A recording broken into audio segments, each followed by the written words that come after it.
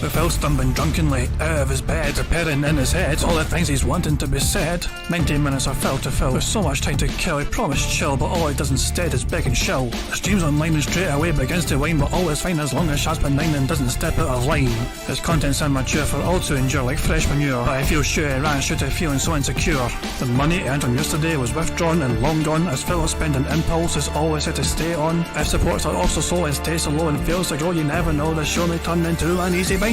Once ticked off across the board with charge to what because his code can be ignored, just how much DSP makes us feel so bored. To help us fight or sleep and try to keep alert to watch a creep who play bingo, but Phil will bitch on why his sheep are also cheap, while DSP is chasing green. We're seeing green across the screen as Phil's routine predictability rivals are slow machine. It's not in burping, leaning, ban. It matters not if battery fun. His child's can't see it hours making feel less of a man. Takes a drink and starts his like before launching into a bike, pretending they're from bills when truth is there to buy a wrestling JPEG. Talks about his shitty life of college cat and party life and all his strife while forgetting that it's unwell and they were rife. With drama he will react, but isn't act. That is a fact as he rehearsed to be exact in how he felt he was attacked. She's nearly over it and a win is in sight, with what to white despite Phil to light that tips were not white.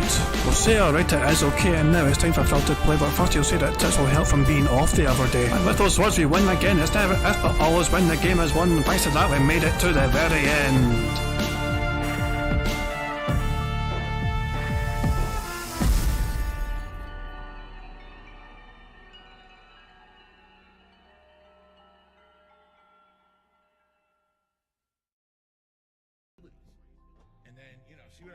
Hey guys, King Jad here. Sorry for the little delayed start. The delayed start was intentional. Me forgetting to make the stream public was not. So I had the stream set up after yesterday's stream. I created it. I forgot to change it to public though. My default is unlisted because it's just my default. I don't know why my default is unlisted on OBS. I think it was like just the way I will have it. But yeah, unlisted. It was still set to the whole time even though it was created and meant to start at quarter to, from my time, 6:45 PM. So yeah, it was also a delayed start, but obviously you guys wouldn't have seen it because it was unlisted the whole time, so nobody was to know. So as far as anyone else was concerned, there was no stream due to be happening. So sorry for the kind of delayed notice in that regard.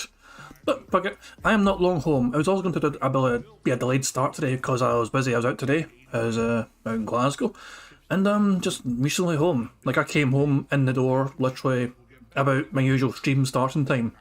So I'm not long in the door essentially, I'm in the door by about 15-20 minutes. And yeah, let's just get set up for the bingo, let's just get things going.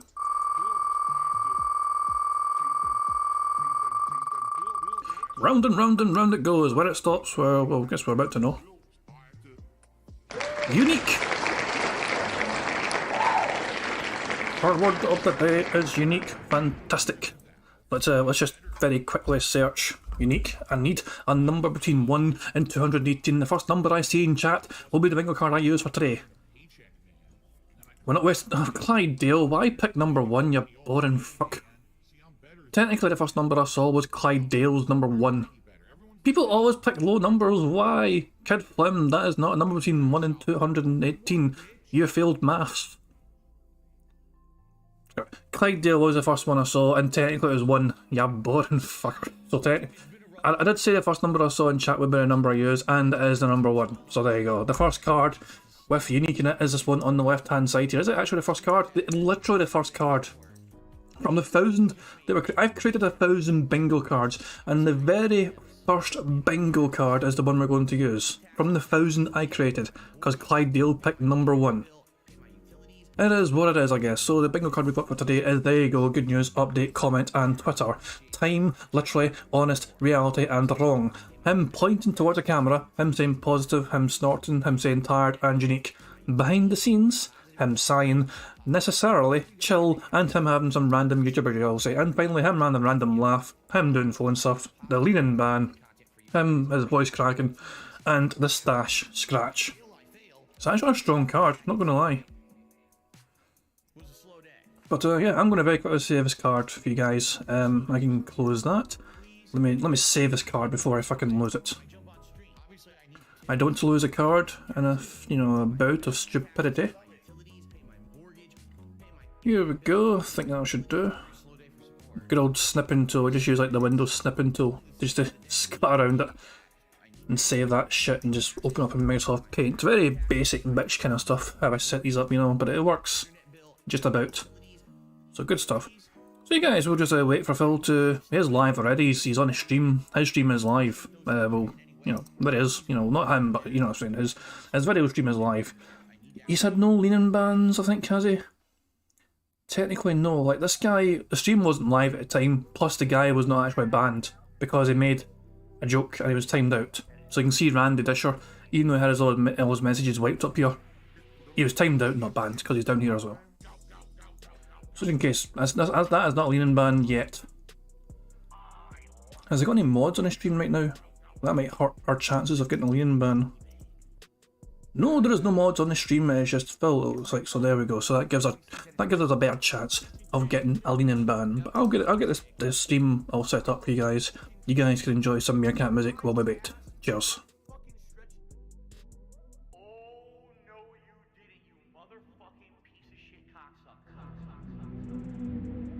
Mark my fucking words. I'm coming for you. For now? Go, go, go, go, go, go, go. Thanks for the money, stupid fuck. I love it. Go, go, go, go, go, go, go. By eBay. Hell! Hateful slurs. Lame brain pieces of dumb fucking hateful slurs. Why am I talking? I love it. Hey, Mr. Burnell, you there? I am present. Right, I understand. He's claiming that he's got $5,000 a month in expenses and only $5,000 a month in income, and net's about $35. It's Tevin's fault. The topic I want to discuss is depression. Depression is not a joke. It's not something to be joked about with. You are not alone. You are not a horrible person because you have this. It's not your fault. There's still this back here. And it's still in the back of my neck, the back of my head, the back of my mind, and it's always telling me. It's WWE Champions time. It's been tough. Over the last decade. It has. It's been tough. It's been tough. Over the last decade. It has. It's been tough. It's been tough. Phil's a beggar. Phil's fat. Phil's a loser. It's been tough. Phil's a faggot. Phil's fat. Phil's a loser. Phil's a beggar. It's been tough. Phil's a beggar. Phil's fat. Phil's a loser. It's been tough. Phil's a faggot. Phil's fat. Phil's a loser. Phil's a beggar. Super Meat Boy is in the stream chat, whining and complaining, saying that I never talk to anyone unless they tip me or they send me money, which is completely false. All he's been doing is sitting there all night complaining that he's depressed and no one cares. And everyone's basically ignoring him because you're like, dude, we just don't care. You know, you come in, the first thing you say is you're depressed. And what are we supposed to say to that? Now he expects that I'm going to derail the whole stream to talk to him live. So let's do it. Super Meat Boy, how you doing? You're really depressed tonight, huh? You're really depressed. My stream is my place of business. The company's name is Burnell Productions. It is internet content creation of on-demand and also live video streaming services. Big up to your dad. I'm the one who operated a successful YouTube channel. Please tip me. I'm the one who operated a successful YouTube channel. Because I have bills coming up. Please pay my bills. I'm nervous. Draft for cash. You better take a sip. Please pay my bills. I'm nervous. Draft for cash. Get a real fucking job. I'm the one who operated a successful YouTube channel. Please tip me. I'm the one who operated a successful YouTube channel. Because I have bills coming up. They fucked me again, left and right, and my ass is so fucking stretched out at this point. It's time to push back. It's time to push back. I'm the one who operated a successful YouTube channel. Please tip me. I'm the one who operated a successful YouTube channel. Because I have bills coming up. I've never ever used a hateful slur. Ever. And that pisses me off. I want to watch some faggot. Some homo. Phil's a nigger. You better take a sip. The rain is very heavy, heavy is the rain.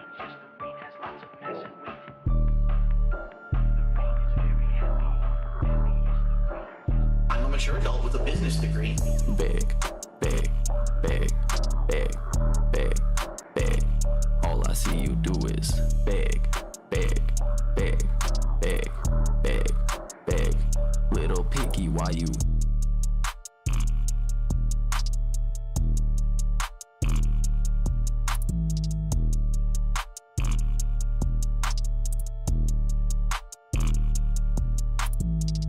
Big, big, big, big, big, big. All I see you do is big, big, big, big, big, big. Little picky, why you?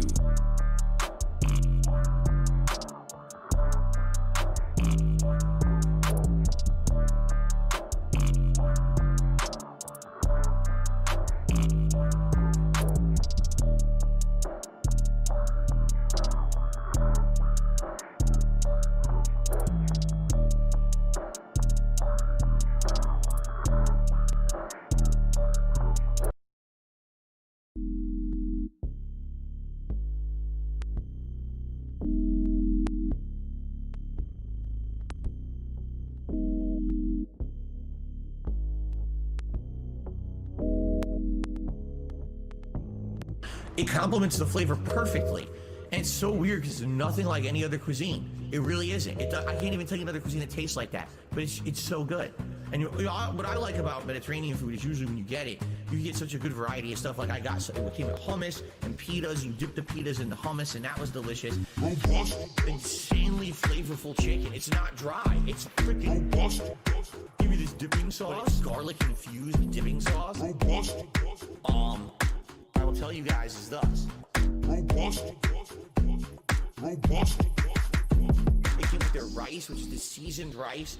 That just tastes, again, it tastes kind of different from other cultures' rices. It has peas and carrots, but it's also got this unique seasoning in it that's really good.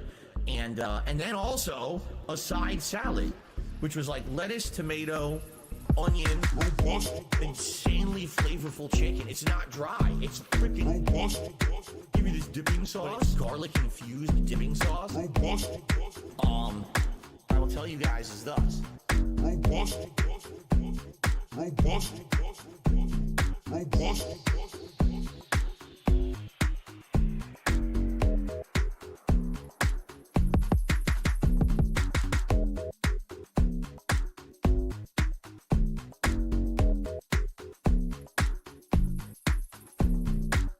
We went and got dinner. Now, this was a double-edged sword. My life today is the best I've ever had. And I mean that. Like, every day I feel like is the best day of my life. Your life is nothing. I love my life. I have so much fun every single day. You're bagging. I love my life. I have so much fun. Everyone hates me. I have an emptiness in my life. Oh man, there's something huge missing from my life. I need a large group of friends. All I do is sit around drinking gin all day. Ladies and gentlemen, I play mobile games. Yes, I spend money on mobile games. I love my life. I have so much fun every single day. You're bagging. I love my life. I have so much fun. Everyone hates me. I love my life. I have so much fun every single day. You're bagging. I love my life. I have so much fun. Everyone hates me. You're still bagging for $10 donations and $20 donations to pay your electric bill, to pay your fucking rent, alright? I get it. I'd hate me too. See you, Phil. Have a good one. It's been a rough year. Why does Phil always have to mention that there's a tips goal on the stream? And why does he have to mention if it's a slow day for contributions? And why does he have to bring that up? Big ups to your dad. And a very slow day for support. Please tip me. I need tips tonight. I jump on stream. Obviously, I need tips. Pay my taxes. Pay my back taxes. Pay my utilities. Pay my mortgage. Pay my internet bill. Pay my utilities. Very slow day for support. Been 47 minutes. And only the third tip of the day. I really appreciate that. I need that way more. Pay my taxes. Pay my back taxes, I pay my utilities, pay my mortgage, pay my internet bill, pay my utilities. I'm a positive guy. I focus on positivity. I tell you guys every day on my streams, I'm not a person who revels in hurting others to get over. I will put out positive, fun gameplay content for you guys, and I will continue to be successful that way. And if I fail, I fail, but at least at the end of the day, I can say, hey, it was a slow day. It's been a very slow day for support. Please tip me. I need tips tonight. I jump on stream. Obviously, I need tips. Pay my taxes, pay my back taxes, pay my utilities, pay my mortgage, pay my internet bill, pay my utilities. Very slow day for support. Been 47 minutes, and only the third tip of the day. I really appreciate that. I need that way more. Pay my taxes, pay my back taxes, pay my utilities, pay my mortgage, pay my internet bill, pay my utilities. Please tip me. I need tips tonight. I need to pay bills over the weekend. I appreciate those who contribute in any way, but please, if you can tip me, do that rather than these super chats and membership. I need that way more, okay? Now it is time. It's a segment that everyone looks forward to, one of the highest rated segments of all time that I've ever done. All right? Ladies and gentlemen, it is time. Phil's day off. What's up, Piggy? Let's get it started. Big up Smear Cat. It's my day off. Might leave the camera on and jerk off. It's my day off. Spend money on pulls and dumb shit. It's my day off. Might go out with my bitch wife cat. Give me money today. Give me money today. This is where my fucking money goes to every month. Garbage dump, grocery shopping, pay my taxes, pet store. Okay guys, we're going live. We are going live, you know the drill. Tag me in chat in case I miss anything. And yeah, fingers crossed we get a full house bingo. Here we fucking go. Hey. Baffle.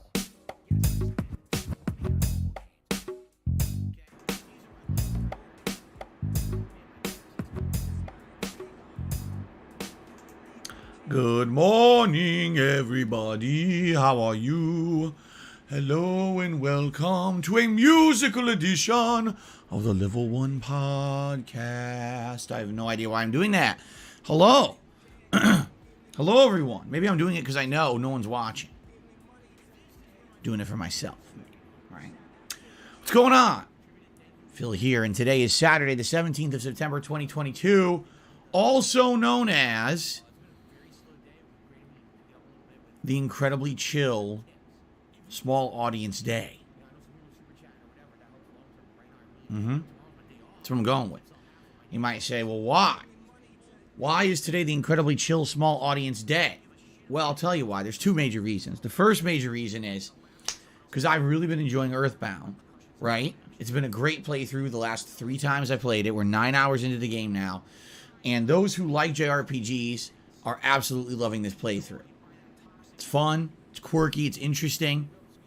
Having an interactive live audience with me makes this a much better game and a much better playthrough than my first playthrough 9 years ago. Instead of me having to try to fill constant dead air with talking, instead, we're having fun conversation about not only the game world, but the gameplay elements, the design, retro nostalgia feelings about games in the 90s, and just showing how this game inspired so many more games moving forward, right? So, I've been having a ton of fun with this game. But, admittedly, as I play it, you guys have noticed that the audience is not a large one. Yesterday, on average, we had between 150 to 250 viewers, and that was it, and it kind of went up, down over the course of the stream. Today, I would predict more of the same. Okay? Now, just compounding that fact is the fact that there's no late stream today. Today is a 1-stream day for me. Well, it's not that I'm not making content for the other half of the day. It's that this is a very unique time right now where over the last few months, people have started to pledge to my Patreon to get private React videos made.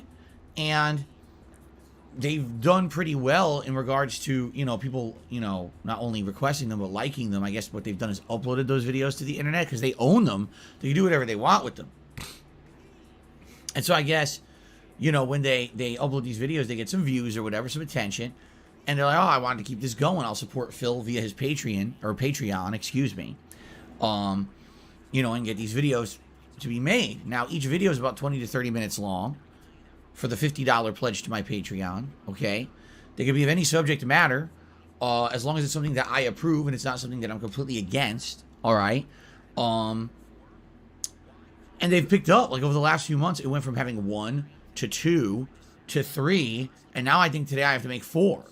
Now, if I'm making 1 or 2, it's not a big deal. I can squeeze in 20, 30 minutes between streams twice a month. But now we've got a point where now I got so many that need to be made that I have to take time out to do it, you see? Now, don't worry. I talked about this on the podcast the last few days, all right? And I said, oh, there we go. I hate that when I get soreness in my neck. I have to crack it. Ooh. Anyway, I said, don't worry. I'm not going to become some guy that only makes exclusive content for pledges on Patreon. That's not my goal here. Even though, admittedly, if I did that, I could probably make bank. Because if you just do the math, think of it this way. 30 minutes, we'll say 30 minutes, even though the videos are supposed to be 20, they're set up and everything. 30 minutes for a $50 pledge to my Patreon. In a single day, right? If I didn't stream at all, on the first stream, starting, let's say, at 11 a.m., so you got 11, 11:30, 12, 12:30. Let's say I take a break at 1, 1:32, 2:33, 3:30. So you can make 9 videos in one major stream, and I can make another 4 videos on what would have been a late stream. It's a lot of money in one day. So I just became Mr. Private React. This could become very lucrative. However, that is not my aim, that is not my goal, and that is not who I want to be on the internet. I wish to be a person who has a public presence, who has a fun live stream, a podcast every day that plays video games and shares those experiences with all of you. Having this fun, organic, interactive experience is what I love to do. This is very much what I love to come to do as work every day, okay? And very much over the last 5 years, I've come to, love it more and more. The more diversification of things that we're doing and everything, and the fact that people like not only my gameplay, but podcasting and other things. This is nice. I like where we're going, okay? Rebuilding the YouTube channel back up after having neglected it for many years. Being able to see DSP Gaming have some growth again is a huge positive for me, okay? So all that being said, I don't want anyone to get the wrong impression and be afraid that now, DSP will become Mr. Private Video. That's not the goal here, all right? But yeah, I might have to in the coming months take 1 stream off, maybe possibly 2 night streams off a month, dependent on demand, to make these private videos, okay? I'll do my best to make sure it's not intrusive to the schedule. If you look at this week, having the 1 night off doesn't really negatively affect things that much at all. It's not a big deal. If this were the middle of the busiest gaming season and we were doing constant, playthroughs and everything, people might be pretty upset. You know what I'm saying? So, that's why I'm not here tonight. So what does that mean? It means today, all I'm doing is this podcast right here and Earthbound. That's it. It's probably not going to be the most popular stream. That's why I was saying I actually expect that today's live stream will have very low views compared to what I usually bring in. On a typical stream, that's of a game that people want to see. I'll usually bring anywhere between, on the low end, 250 viewers, but on the high end, probably 400, right? Sometimes 500, depending. And if it's a super popular game, I can get upwards of 1,000. But that's a rarity. So, yeah, I completely believe today's stream will be one of the slower stream days. However, for those who've been here for the Earthbound playthrough, you guys have been one of the most engaging and fun audiences I've had. You're constantly interacting with me. We're talking. We're having a good time, right? That's what it's all about, enjoying the content. And I talked about this a little bit. I touched upon it on the Daily Wrap last night, and I'd like to actually take a quick segment here of the podcast today to talk about this as well. As a public figure and a content creator in the manner that I do my content, all right, there's definitely different things that people come to DSP Gaming to see. One of his definitely his new releases. When the hot new releases start coming out, people are going to be here to check them out. They want to see what Phil's opinion is on Call of Duty. They want to see what Phil's opinion is on God of War. What my opinion is on the hottest new horror games. What my opinion is on this and that. This is, people have been doing this for over a decade. They like hearing my opinion, because I've been here for so long as a content creator, a lot of people trust me on my opinions on these kind of games, okay? You will always see a natural influx of viewership and attention when I play those high-profile AAA games, all right? And that's a good thing, for sure. I love having that additional audience and bringing in more people. But what I've noticed in particular this year of 2022 is that now I also have a very dedicated, smaller audience of people that will come by and hang out with me no matter what I'm doing.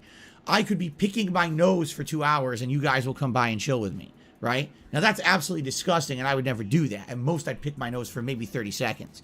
But you understand the point I'm trying to make is there's people that just have a good time here. They like me and my personality. They like the vibe of the community that we have on the streams, and they want to be a part of that community.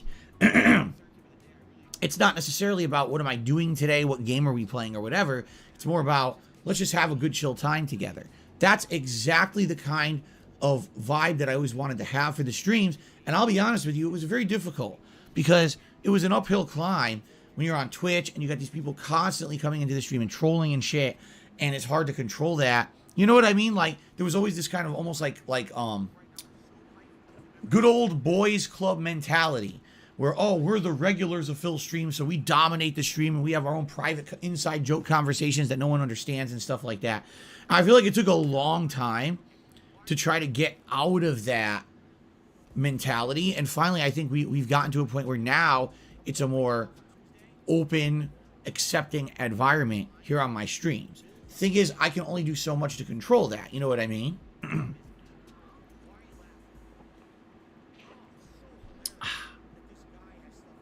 So, I'm happy that that is what we've gotten here. Because now people can just come and relax.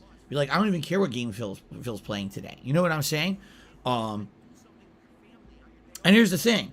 I totally understand that not every game will be for everyone. Some people will be so turned off by a particular game, they're not going to hang around. And I get that. But it seems to me now, especially if anything, this summer was kind of almost a litmus test, right? On if I just play a bunch of downtime shit, if I don't jump on every viral trend, if I actually just play the games that I'm interested in, maybe get some game playthroughs in that I've always wanted to do and didn't have a chance to do. For example, original Final Fantasy VII on PlayStation 1, Saints Row 1 on the Xbox 360, right? These are not games that were getting giant demand, but they're games I've always kind of wanted to play that were kind of like unplayed, lingering playthroughs. And actually playing them it worked. You know what I'm saying? It absolutely positively worked. And I'm very happy about that. I'm happy that it doesn't matter if we're playing a super popular game and I've got, 500, 600 viewers on the stream, or if I'm playing a game like Earthbound that's a retro classic, that's a personal fave of mine, and we got 150 people on the stream, that still, we're having a great time, it's a positive vibe, and I'll be honest with you, support is good, right? This all couldn't happen if it weren't for support, right? If every time that there wasn't a popular game out, I didn't get any support, I would be out of business. This whole summer would have been a utter failure, admittedly. The good news is that's not what happened. It was actually the opposite, where people still hung out, people still supported the streams, they still liked what I did. I'm very happy and appreciative of that. Thank you so very much to anyone who over the course of this summer tuned in and supported my efforts to entertain you at a time when it was really a gaming drought. Besides the, here's the new viral meme game that everyone's going to talk about for a week. Outside of that, there were no giant new releases. I'm sorry, people say, what about Splatoon? No, it's not. It's not a giant new release for my audience, nor for a Western audience. Maybe in Japan, it's just not elsewhere, okay? These games were essentially time killer filler games. This was one of the deadest summers in recorded history with no AAA releases. None.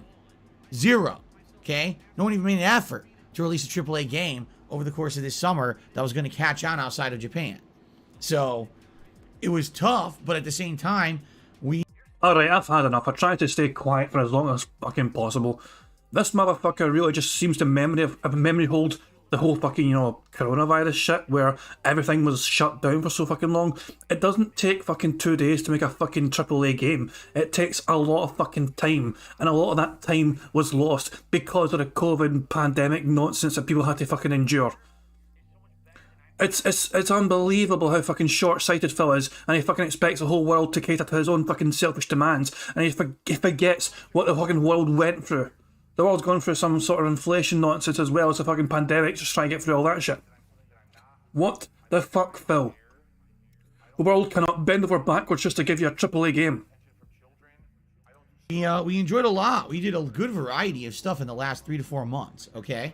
And thank you again to anyone who tuned in for that and chilled. However, the good news is for those who've been awaiting the hot new releases, basically tomorrow is the beginning of that. And then, yeah, there'll be a little bit of gap in between, but essentially it's going to be a lot of money. Yeah, yeah. Money, money. Oh, money, money. Yeah, yeah. Money, money. Thank you very much to Heinz573210 for a super chat. It says, big ups chat. I'm an American, so Phil's schedule is impossible for a full-time employee to keep up with. I agree, his schedule's fucking weird, although I think he tries to cater his schedule for the morning stream towards a West, like a European audience. Because for Europeans in UK, for example, when Phil starts streaming at 7 PM UK time, to me that's still a little bit late, technically, if you're targeting like the UK audience and also the kind of that side of the world. Because obviously, people in Europe, Spain and France, not shit, are sometimes like an hour ahead, 2 hours ahead, 3 hours ahead, and so on. So it might make more fucking sense for Phil to maybe even, if he's trying to cater that audience, to maybe even do it a bit sooner. I don't know. But that would require Phil waking up earlier than fucking 10:30 AM to do a stream, and you just can't have that, Phil fucking breaks his fucking body. Apparently it fucking kills him to try and wake up earlier than 10:30 AM. Jesus fucking Christ, Phil. By the way, I forgot to mention, look at his members, 447. He dropped a couple more members. Get fucked, Phil boy. Big new releases coming out in the next few months, heading into December. Because yes, even the first couple of weeks of December, we've got big games coming out, which is a rarity. Usually December is when everything slows down, there's nothing. But yeah, we've got a very busy October, November, December this year coming up. Okay? So, today, undoubtedly, like I said, we will have low views. That's okay. I'm not shocked if we do. What I would ask is this. This is my only stream of the day. If you can support it in any way, as simple as giving a like on the stream, please do so. If you can become a member or renew your membership, maybe give some memberships to the channel. Thank you in advance. Super chats, super stickers. Awesome. Grateful. Thank you so much. And of course, tips. That would be great. This is my only stream of the day. So if I could get some tips today on this first stream and hit some of the tips goals, yes, that would be very much appreciated. I'm not going to be harping on it all stream. There's no reason to, all right? I know there's not going to be a lot of viewers on this stream. It's just going to be the Earthbound crowd. And I'm perfectly okay with that, all right? So thank you in advance to anyone who does like the kind of stuff that I do that's not AAA. However, what we can now talk about is the rest of the week because there's still 3 more streaming days this week. So let's talk about the schedule after today. All right, so today it's just this podcast and Earthbound. No second stream. I'm doing private patron react videos.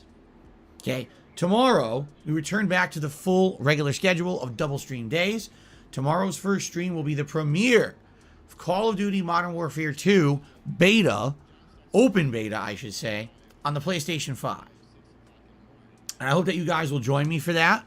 And it should be fun to see what Call of Duty has done. I don't know if I'm going to like it or not. I'll be honest, I have not seen a moment of gameplay. Purposefully, I'm staying away from it. I don't want to be watching all the gameplay before I play the beta. That's the whole point of playing the beta. You know what I'm saying?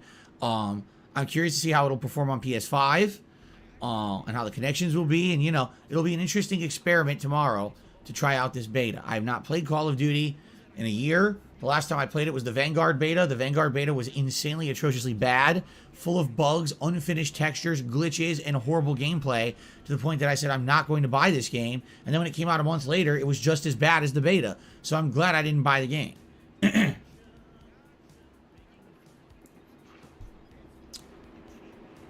So, tomorrow will be the very first time you're getting hands-on with Modern Warfare 2. And I mean that because there already is a Modern Warfare 2, so it's the second Modern Warfare 2. Whatever. And I'll see how it goes, all right? Now, tomorrow night, it will be Sunday Night Bites, also known as Bassmaster Fishing 2022. And It's a great stream where we chill and we relax. It'll be a good way to unwind from what undoubtedly will be a very action-packed, rage-filled session of the Modern Warfare 2 beta. So we'll relax, we'll chill, we'll catch fish. We'll probably go back to the same location I fished last week because there was a ton of new fish we had never caught before. And we'll see if we can hit the hat goal and add a new fishing lure to our fisherman's hat, which will be pretty cool if we do. All right. Then on Monday, it's going to be more of the Modern Warfare 2 beta. I'm going to play it 2 days in a row. And then Monday night, it's the return of Disney Dreamlight Valley, game that you guys have really been enjoying.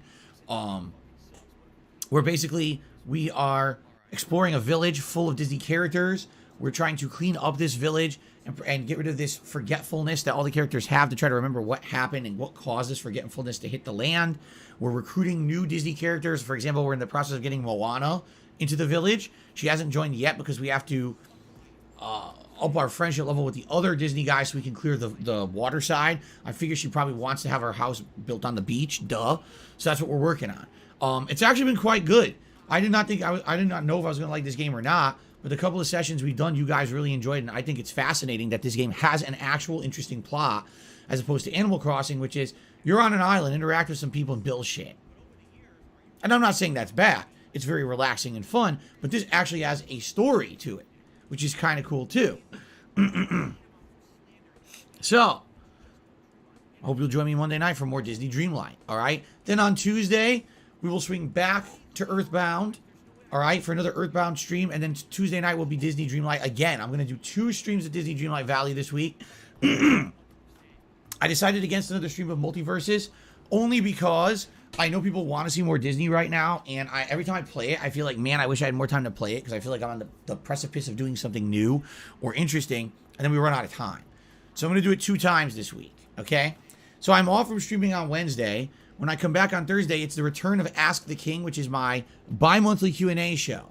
How do you post up your questions to get them answered on my Q&A show? Should that count as him pointing at a screen? Bi-monthly Q&A show. How do you post... He is literally pointing his whole grubby hand at the camera. Instead of just using a finger, he's using all 5 of them. Well, technically it's 4 fingers and a thumb. A thumb's a finger, isn't it? It's kind of one of those weird things. A thumb is absolutely a finger, but people never usually refer to it as a finger. It's a fucking thumb. But you have 5 fingers in your fucking hand. Yeah, he's definitely pointing at the fucking camera. It's a camera point. So, there we fucking go. Great stuff. I'm going to go 1.25 speed, because why not? Post up your questions to get them answered on my Q&A show. Well, right now, you can type !Ask the King. A link will pop up in the chat you can click on. Or, if you're watching this on demand, just head to dspgaming.com. That's my forums. And you will see a thread there for Ask the King specifically for this show on Thursday. Please post up your questions in the thread there publicly. Now, if you're a channel member, you have priority to have your questions reviewed first and get answered on the show. There is a thread that I created right here on DSP Gaming yesterday under the community tab on the main channel page. Only members can see it. So if you're a member, you're in luck. Please check it out and post up your questions there. Those are the questions I review first, and I take most of my questions for the show from that thread, okay? Excuse me. So, it should be exciting and fun to finally get an open Q&A show. How is Ask the King different from a normal stream, though? Because I answer your questions every day. It's a perfectly valid question. On Ask the King, I review your questions ahead of time, I think out intelligent answers, and I present them to you in a way more descriptive and detailed environment. For example, today, right now, I might say, oh, we're opening Q&A, and someone might ask me a question like, what are your top 5 favorite games from this era? And I'll be like, listen, all I can try to kind of do is give you an off-the-cuff answer that's probably not good, and half the time when people ask me for shit like that, I can't even answer, all right? I'm like, I would need to sit... It's fucking laughable how bad his fucking, thinking on the spot skills fail him. It's unbelievable how slow his mental faculties are these days. I don't know if it's just, him being in a social isolation hermit of sorts. I don't know if it's all the fucking alcohol he's consumed, like gin rotting the brain. Fuck knows what combination of, factors it is that has rotted away the man's brain cells to fucking lack the skills to think of something competent and comprehensive to answer on the fucking spot. I could ask anyone in my fucking chat right now what is, one of their favourite ever fucking games, and everyone I'm pretty sure will be able to have a fucking easy answer for me. Which is like, like one of my fucking favourite sports games is like, FIFA. I grew up playing FIFA. Right now it's probably Rocket League. These days Rocket League, it's a sports game for sure. So I'd probably say Rocket League more than anything. Favourite fucking, I don't play fighting games, so it's a bad example, but fucking like adventure kind of game. I play Minecraft as well. I think it's easy. For me, it's easy to explain to people on the spot. Just say, hey, I enjoy things like Minecraft and fucking Rocket League, and I also play some Trackmania, all this kind of shit. Things like that. It's very easy for me to answer that kind of fucking shit. Even thinking back to old games, I grew up as a Sonic fan. I fucking loved Sonic the Hedgehog. And growing up, I had a Sega Mega Drive, and I played the shit out of Sonic the Hedgehog. I didn't have a fucking Nintendo, so I wasn't a Mario person. I was a Sonic the Hedgehog person growing up, so Sonic was the fucking thing for me growing up. It's easy enough to think on the spot these kind of things and answer them. But Phil, he's like, no, I need time to prepare my answer and be comprehensive and detailed about it. It's like, you just fucking cannot comprehend on the spot your fucking favourite game or this kind of thing or that kind of thing. Bro, like, why the fuck? By the way, I added a whole bunch of new things for the soundboard, by the way. And I think Greg Alex is exactly right. Greg Alex saying there's no wrong answers. There's absolutely no wrong answers. It's a subjective thing. It's just, and also it just creates things, and so the answers make instill a memory for you. I forgot about that game. That was a good game and all that shit. So, but by the way, I do have a bunch of new soundboard things. So whenever Phil says something really dumb and I disagree with it, I can just hit this. Nope. Also added a few of the shut up things, back, like. Shut the fuck up, you cunt! So I've got that one back, and I've got shut your hole. I've got that one, and I've got this one. Shut your mouth, you thong-wearing fatty! And anytime Phil really, really does something confusing, I've got this. Holy Jesus! What is that? What the fuck is that? That's a wee classic. But yeah, there we go. So I went and added some of these soundboard things last night, when I had a wee bit of time. So I got quite a comprehensive soundboard again.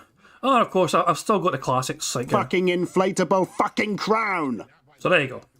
Sit down and review all the crap that I played, all the stuff that I've liked, to give you an answer. And I can't do that on the fly on the stream. That's what Ask the King is for. Ask the King is for the money. Yeah, money, oh, money, yeah, money. Thank you very much for Super Chat Hidens 57P10 who says, call back to when his neighbour told him to shut the fuck up. Yeah, I remember, I think he was playing Spider-Man or something, and his neighbour just like fucking yelled, I was like, shut up in there or something. I can remember it, and Phil just shut the fuck up. He had no response to it. He just dared, he didn't dare to utter a single fucking word for a while he was playing this fucking random game back through Connecticut, man. He was just, he was bullied into fucking silence through the fucking walls by some random neighbour who was pissed off with him fucking reading and yelling, playing some random fucking game for his fucking YouTube audience. Keep in mind, this was back in the day where he recorded everything off stream. He just spammed uploads to his fucking channel. This is like 2009 or some 2010 or some pish. But yeah, Bill got the shit scared out of him. That neighbour told him to shut the fuck up. Detailed questions that need time to flesh out those answers, okay? On average, a question on Ask the King is anywhere between 10 to 20 minutes long with an answer, as opposed to a random question on a stream is like a minute, okay? That's the difference between Ask the King. Having a dedicated Q&A show, I can give better answers to your questions. So, you know what, fuck it, let's try and find it. A wee bit derailing, but fuck it all, we're doing alright for time. Let me try and find it for you guys. I'm pretty sure there's a clip somewhere, DSP neighbour. Hey, I actually found it. That was easy. Cool stuff.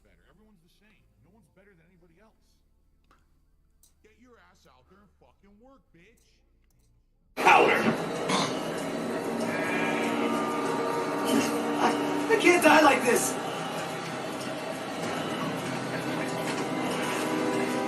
I can't die like this. I always picture myself dying having a threesome with Nicole Richie and Paris Hilton.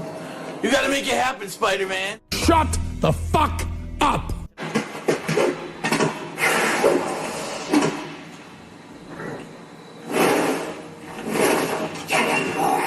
Another fight, huh? The more the merrier. See, everyone wanted me to play Mafia too. This is the same shit, right?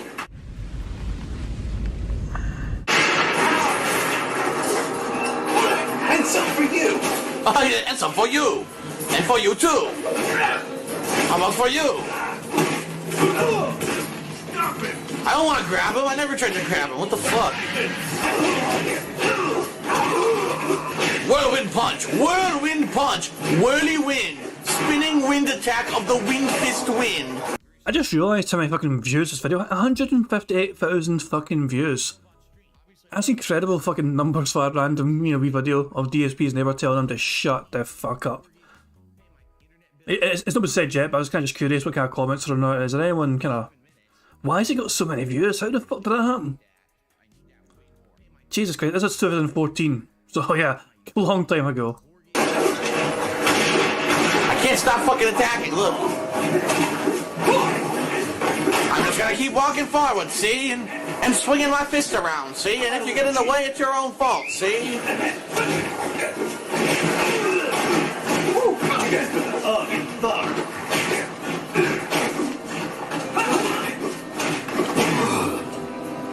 Why are you guys gonna pick on me? Don't you have some prohibition gig to run? All she wrote. Well, I thought that went rather well. Oh boy. Say uncle.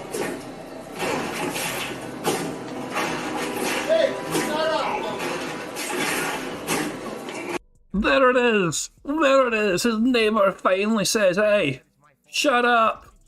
Hey, shut up!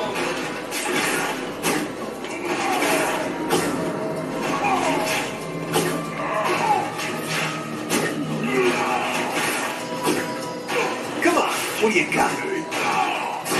Hey, Tiny, how's the tricks?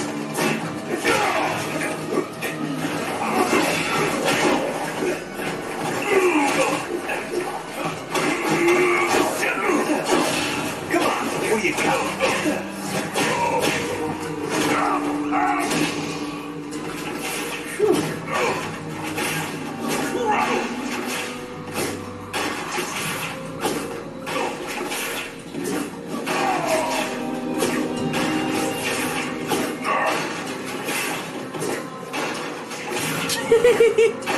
Right in the kiss.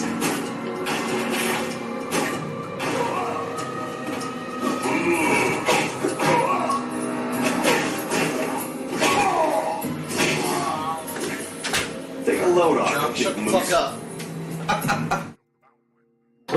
Whoops, didn't mean to fucking click the next video there.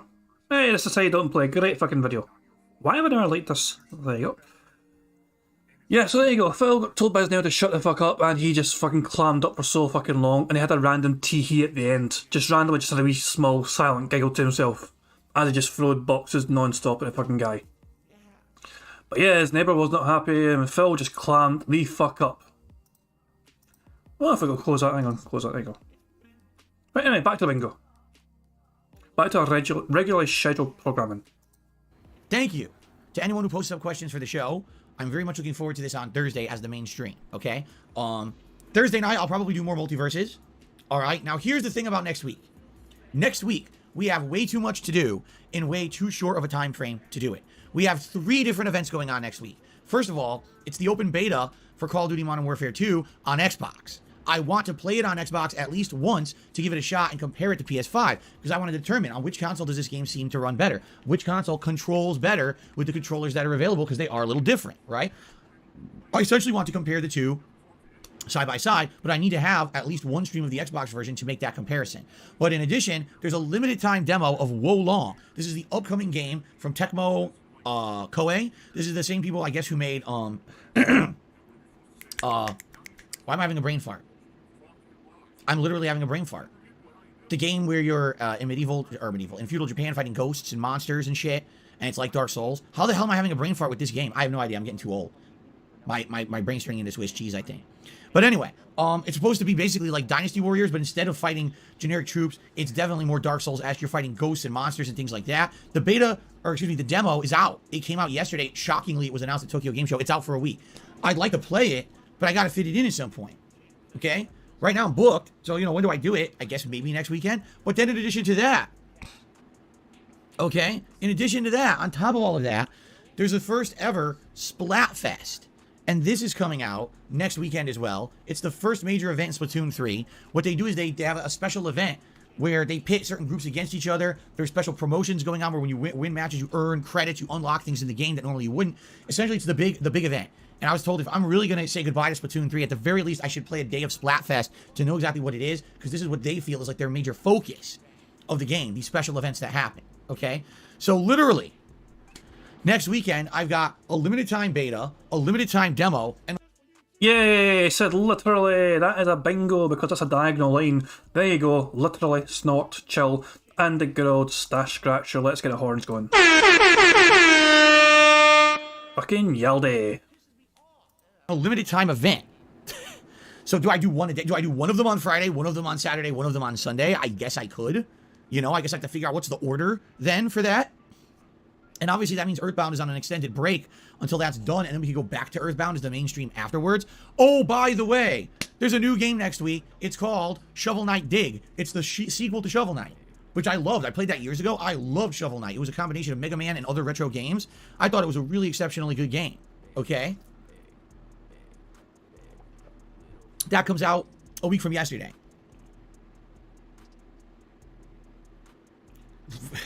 How do you do all of it at once? So do you see what I'm saying when I say, oh, we're definitely heading into the busiest gaming time of the year? We're going from months where there was nothing going on. Oh, there's a new indie game this week that's all a buzz for 2 days and no one talks about it ever again. Oh, there's a new meme game or whatever. Oh, you know, another game that, you know, everyone will play once and you're done with it. You know what I'm saying?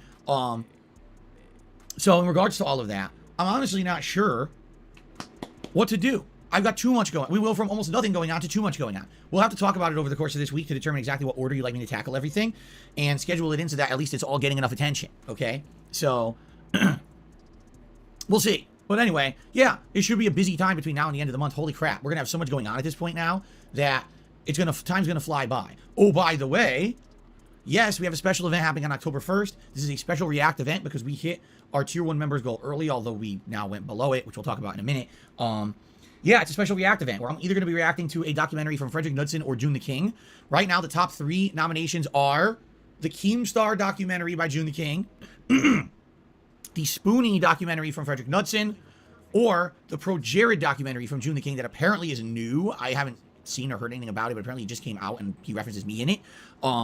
So, we got a lot of interesting things to consider. Please take a look at those channels and let me know what you think, because likely the last week of September we'll have some voting going on what you guys would like to see for that React event that will happen on the 1st of October. It's a Saturday, okay? All right, let's talk about members, all right? So, last month we lost 300 members. Why? False copyright strikes. Everyone was afraid that if they re-up their membership or give them... Lies and more damned fucking lies. He fucking lost members because nobody could be fucking arsed to renew the memberships. All the membership fucking bums that were given to in the previous month all expired, and barely anyone thought it was fucking worthwhile to pay you $3.99 fucking cents to renew that shit. Because why the fuck would they? It's not fucking worth it, Phil. You don't fucking make it worthwhile to be a fucking member. If you cannot offer a good proper incentive to have members, then you really shouldn't have fucking massive membership, you know, fucking goals, because you're just inviting artificial growth, which is what you want, but it's not fair on the people that are constantly fucking keeping those numbers high. Phil thinks the normal for him is 600. Phil thinks the normal number of members for him should be about 600. His real fucking normal is between 300 and 400. That's the true, genuine, natural state of his memberships. Right now, even the figure he's got right in front of him is 447. That's inflated. The memberships to this channel that they wouldn't count, or they'd lose their membership capabilities if this channel got suspended. That's all gone. Okay, just being honest, it's all gone. It's not going to happen. The strikes are gone. The threat that was looming as bullshit is gone now. We're back to normal. All right. So the good news is, since that happened, literally got 100 memberships. Thank you for that. But then we kind of stagnated and froze, and now we're dipping again. As you can see, we went below the 450, which actually was the Tier 1 monthly goal. So the good news is we hit the Tier 1 monthly goal. Halloween event is locked. And you guys will begin to nominate games soon. I'll probably say, again, near the end of September, early October is when we'll have those threads open where you guys will be able to start nominating the games for the Halloween event, okay? So, in addition to that, also, because we hit it early, we're doing this React event that I just mentioned. So, those 2 events are set in stone, are definitely happening.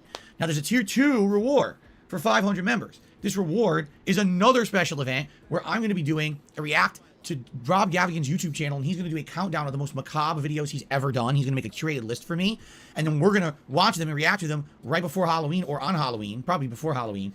It's going to be creepy as hell. You know what I mean? Like, that's perfect for that time of year in that season to do it right around then. So I would hope that we can actually hit that goal by the end of the month of 500 members to have that happen. And by the way, also if we hit that, you guys will be voting on the kind of Halloween costume you want to see me wear during the Halloween event. What I'm going to do is in the next week or two, probably the last week of September, I'm going to go out to this local stores out here. I'm sure the Halloween stores are now out there, and I'm going to see what's available this year. What are some ideas for costumes and things? And if we hit this tier 2 goal, you guys will vote on the costume that I will wear during my Halloween marathon, okay?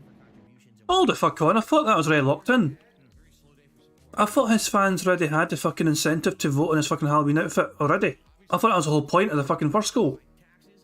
I could have sworn the fucking point of the first goal was to get them fucking marathon locked in place, and they could actually vote on that kind of shit. I thought that the second goal was specifically about some sort of fucking secondary reward. Yeah, Tony's saying the same thing. I thought the second goal was a react event. That's what I fucking thought. And he actually fucking moved the goalposts all by himself without revealing anything to anyone.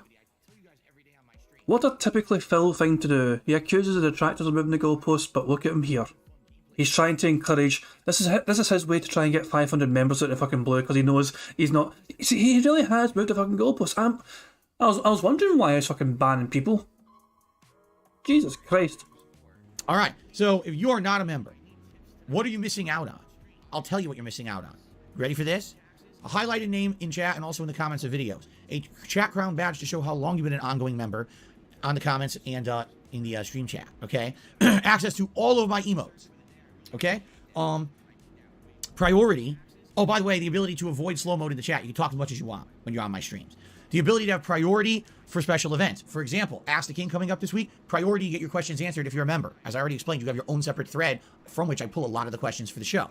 For the upcoming Halloween event, members get priority to nominate a game, and the members exclusively will select a game that will be played during the Halloween Marathon event, while everyone else's have to contend with themselves publicly to try to get their game nominations in. It's a lot harder to do so, you see? So, there is a ton of benefits that you will get becoming a member of this channel, all right?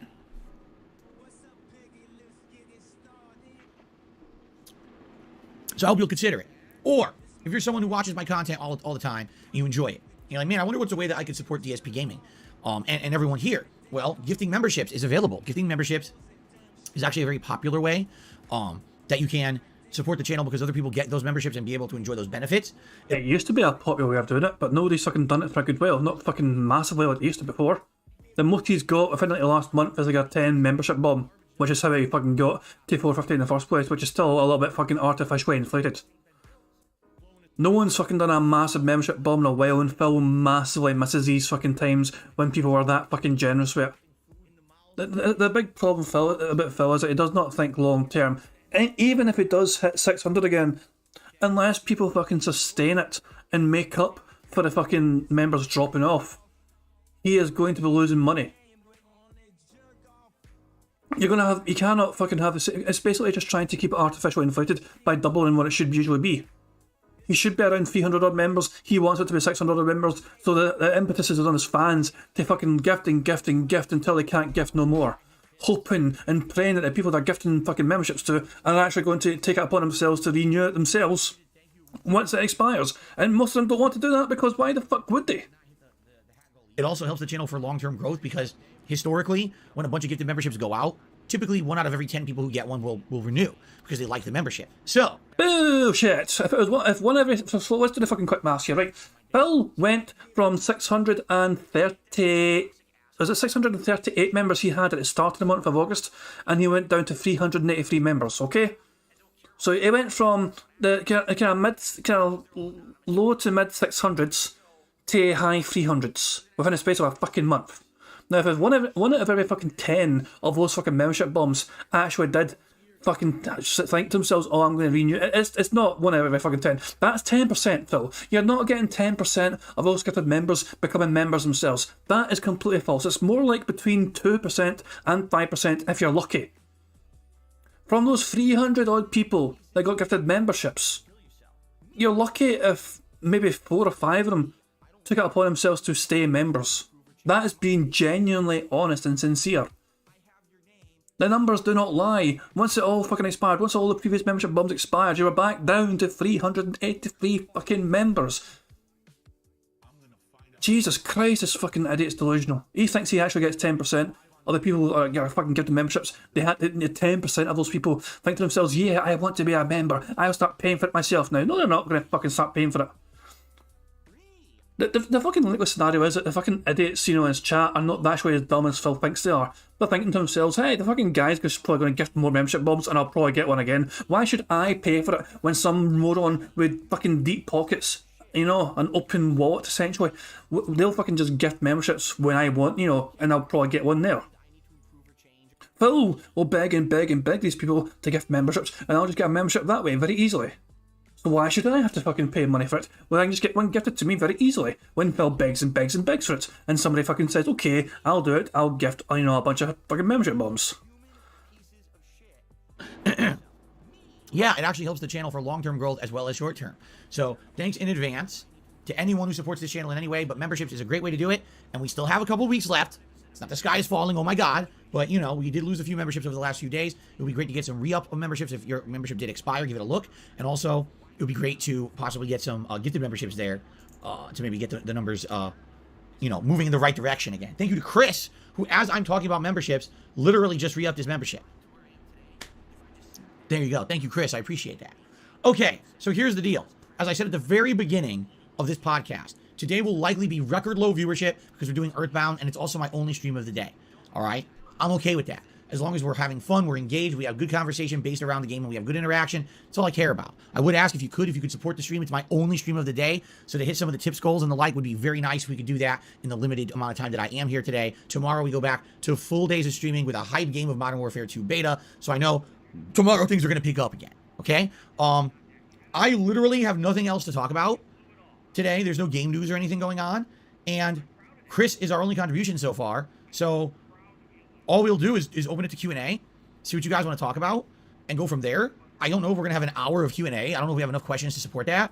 So maybe we will just start early with the game. I don't know. What I'll say is let's open it up to Q&A. Let's see what people have to talk about today, and go from there, okay? So if you want to ask me a question, please tag me in the stream chat. Jade, what's going on? He said, I don't care if you're only doing one stream. One or two, I'm here. I understand. Thank you so much. What a very positive and supporting attitude. Jackie says, do you think your chat is more or less active than other streamers of similar size because we seem like a welcoming community? You're asking the wrong person. I don't watch other streamers. I don't, You do, though. You do. You're admitted to fucking watching... Well, you watch other content creators. Okay, I'll give him that much, actually. I don't actually think Phil actually watches other live streams of other people, but he has admitted to watching other streams... Sorry, other videos. Because remember, he went and sat down for like 4 hours to watch somebody play a fucking game. On one of his previous days offs, he actually fucking sat down for about 4 hours. Mr. I have no spare time. Actually fucking, sat down on his fucking couch and watched somebody play a game for 4 hours. So there you go. But I can, so that's actually kind of Phil, pigmantic is going on there. Well, he doesn't necessarily watch other live streamers, but he will watch just random YouTubers' content. Also, this might be YouTuber jealousy. Hang on, it might go into YouTuber jealousy here randomly, I don't know. I've always been kind of a guy who's his own island. I exist. I have a fan base. I have a viewer base. People know of me, but I'm just right there in the smack dab middle of everything by myself. Everyone else is on the periphery around me doing their own thing. I do my own thing. I've never really been in direct competition or directly knowing what they're doing around me. I have no idea how it goes. I would think direct competition? I mean, what competition, Phil? What do you fucking... How are people going to be threatened? What other live streamers that fucking create games and shit? How are they going to be threatened by Phil Burnell as a content creator? You bore the shit out of people most fucking days. You play games ridiculously poorly, you have no real skill to offer, you beg non-fucking stop compared to most other content creators and live streamers that do this for a fucking living. What competition, Phil? Fucking America's Next Top Beggar? If someone is of my size, hopefully they would be as interactive with their audience as I am. Being that we have the opportunity to talk directly to people, because there's not a million people in the chat. For example, if this was a 1,000, 2,000 viewer stream, do you really think I'd be able to talk with you guys like I do? There'd be so much going on, you'd not even be able to make heads or tails of it. It would be chaos. Chaos and contributions. That's it, Chaos and contributions. Phil thinks he'd have contributions out the ass if he got 1,000 or 2,000 people on his fucking stream. Phil has 262 people right now, and nobody's even given him a single fucking contribution yet. Somebody re-upped the membership, and that's it. So what's mean? So he's had 0 tips right now with 262 people on his stream. What is fucking? So let's just say instead of 250 people, he has 1,000 people. So that's like an increase of like that's like multiplying it by 4. What's 4 times 0? It's still fucking 0. Let's just say he's had 0 tips so far on his fucking stream with 250 odd people on his stream. 1,000 people there, you can't just multiply that fucking figure by 4, because if you do, you still get fucking 0. You multiply anything by fucking 0, the answer's still fucking 0. You fucking 0 individual. I'm definitely going to count this as YouTuber jealousy. I think. I'm definitely going to count this as YouTuber jealousy. Because he thinks these guys, these other live streamers that actually do get audiences of 1,000, 2,000 people, are just getting massive fucking contributions, non-fucking-stop, and he's definitely jealous of those kind of fucking content creators who have no fucking time to read this chat because the fucking contributions are coming in thick and fast. I'm happy that we actually have the ability to have meaningful interactions and discussion on my streams. That's what I'm going for. He said meaningful again! Every fucking time he says meaningful. I fucking hate this prick. I cannot, no. Right, I'm doing a poll. I'm doing a poll. Excuse me a second while I make a fucking poll here. 2 seconds here.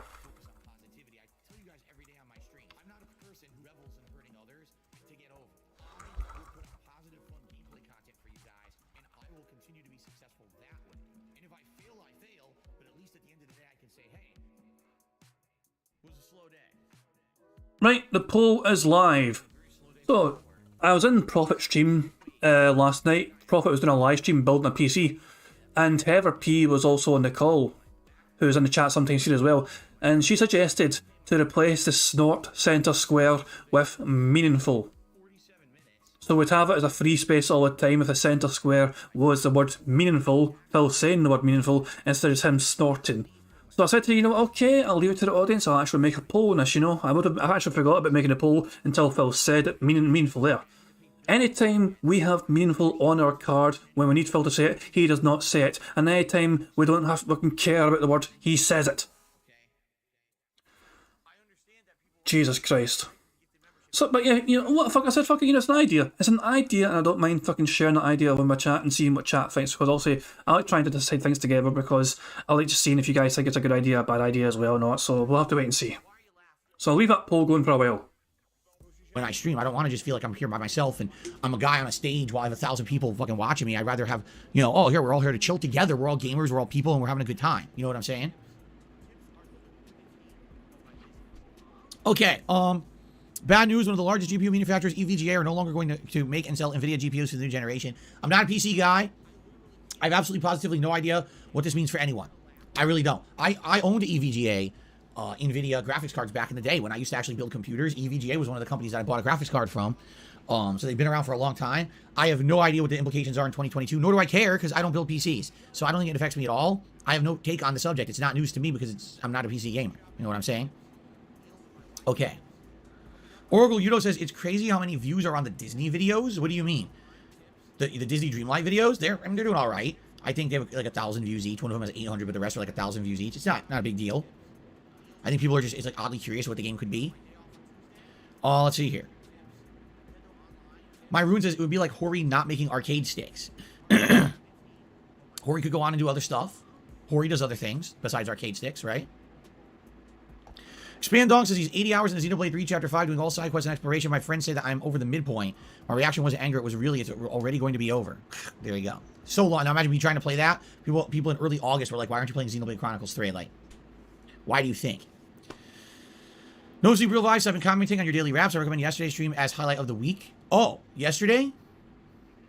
What happened yesterday? That would have been highlight of the week. I probably approved your comment but didn't notice. Eternal Napalm says, what do you think of the new God of War Ragnarok trailer? It looks pretty good. And the new open world RPG announced by Team Ninja. To be honest, meh. It's not blowing me away. Looks okay.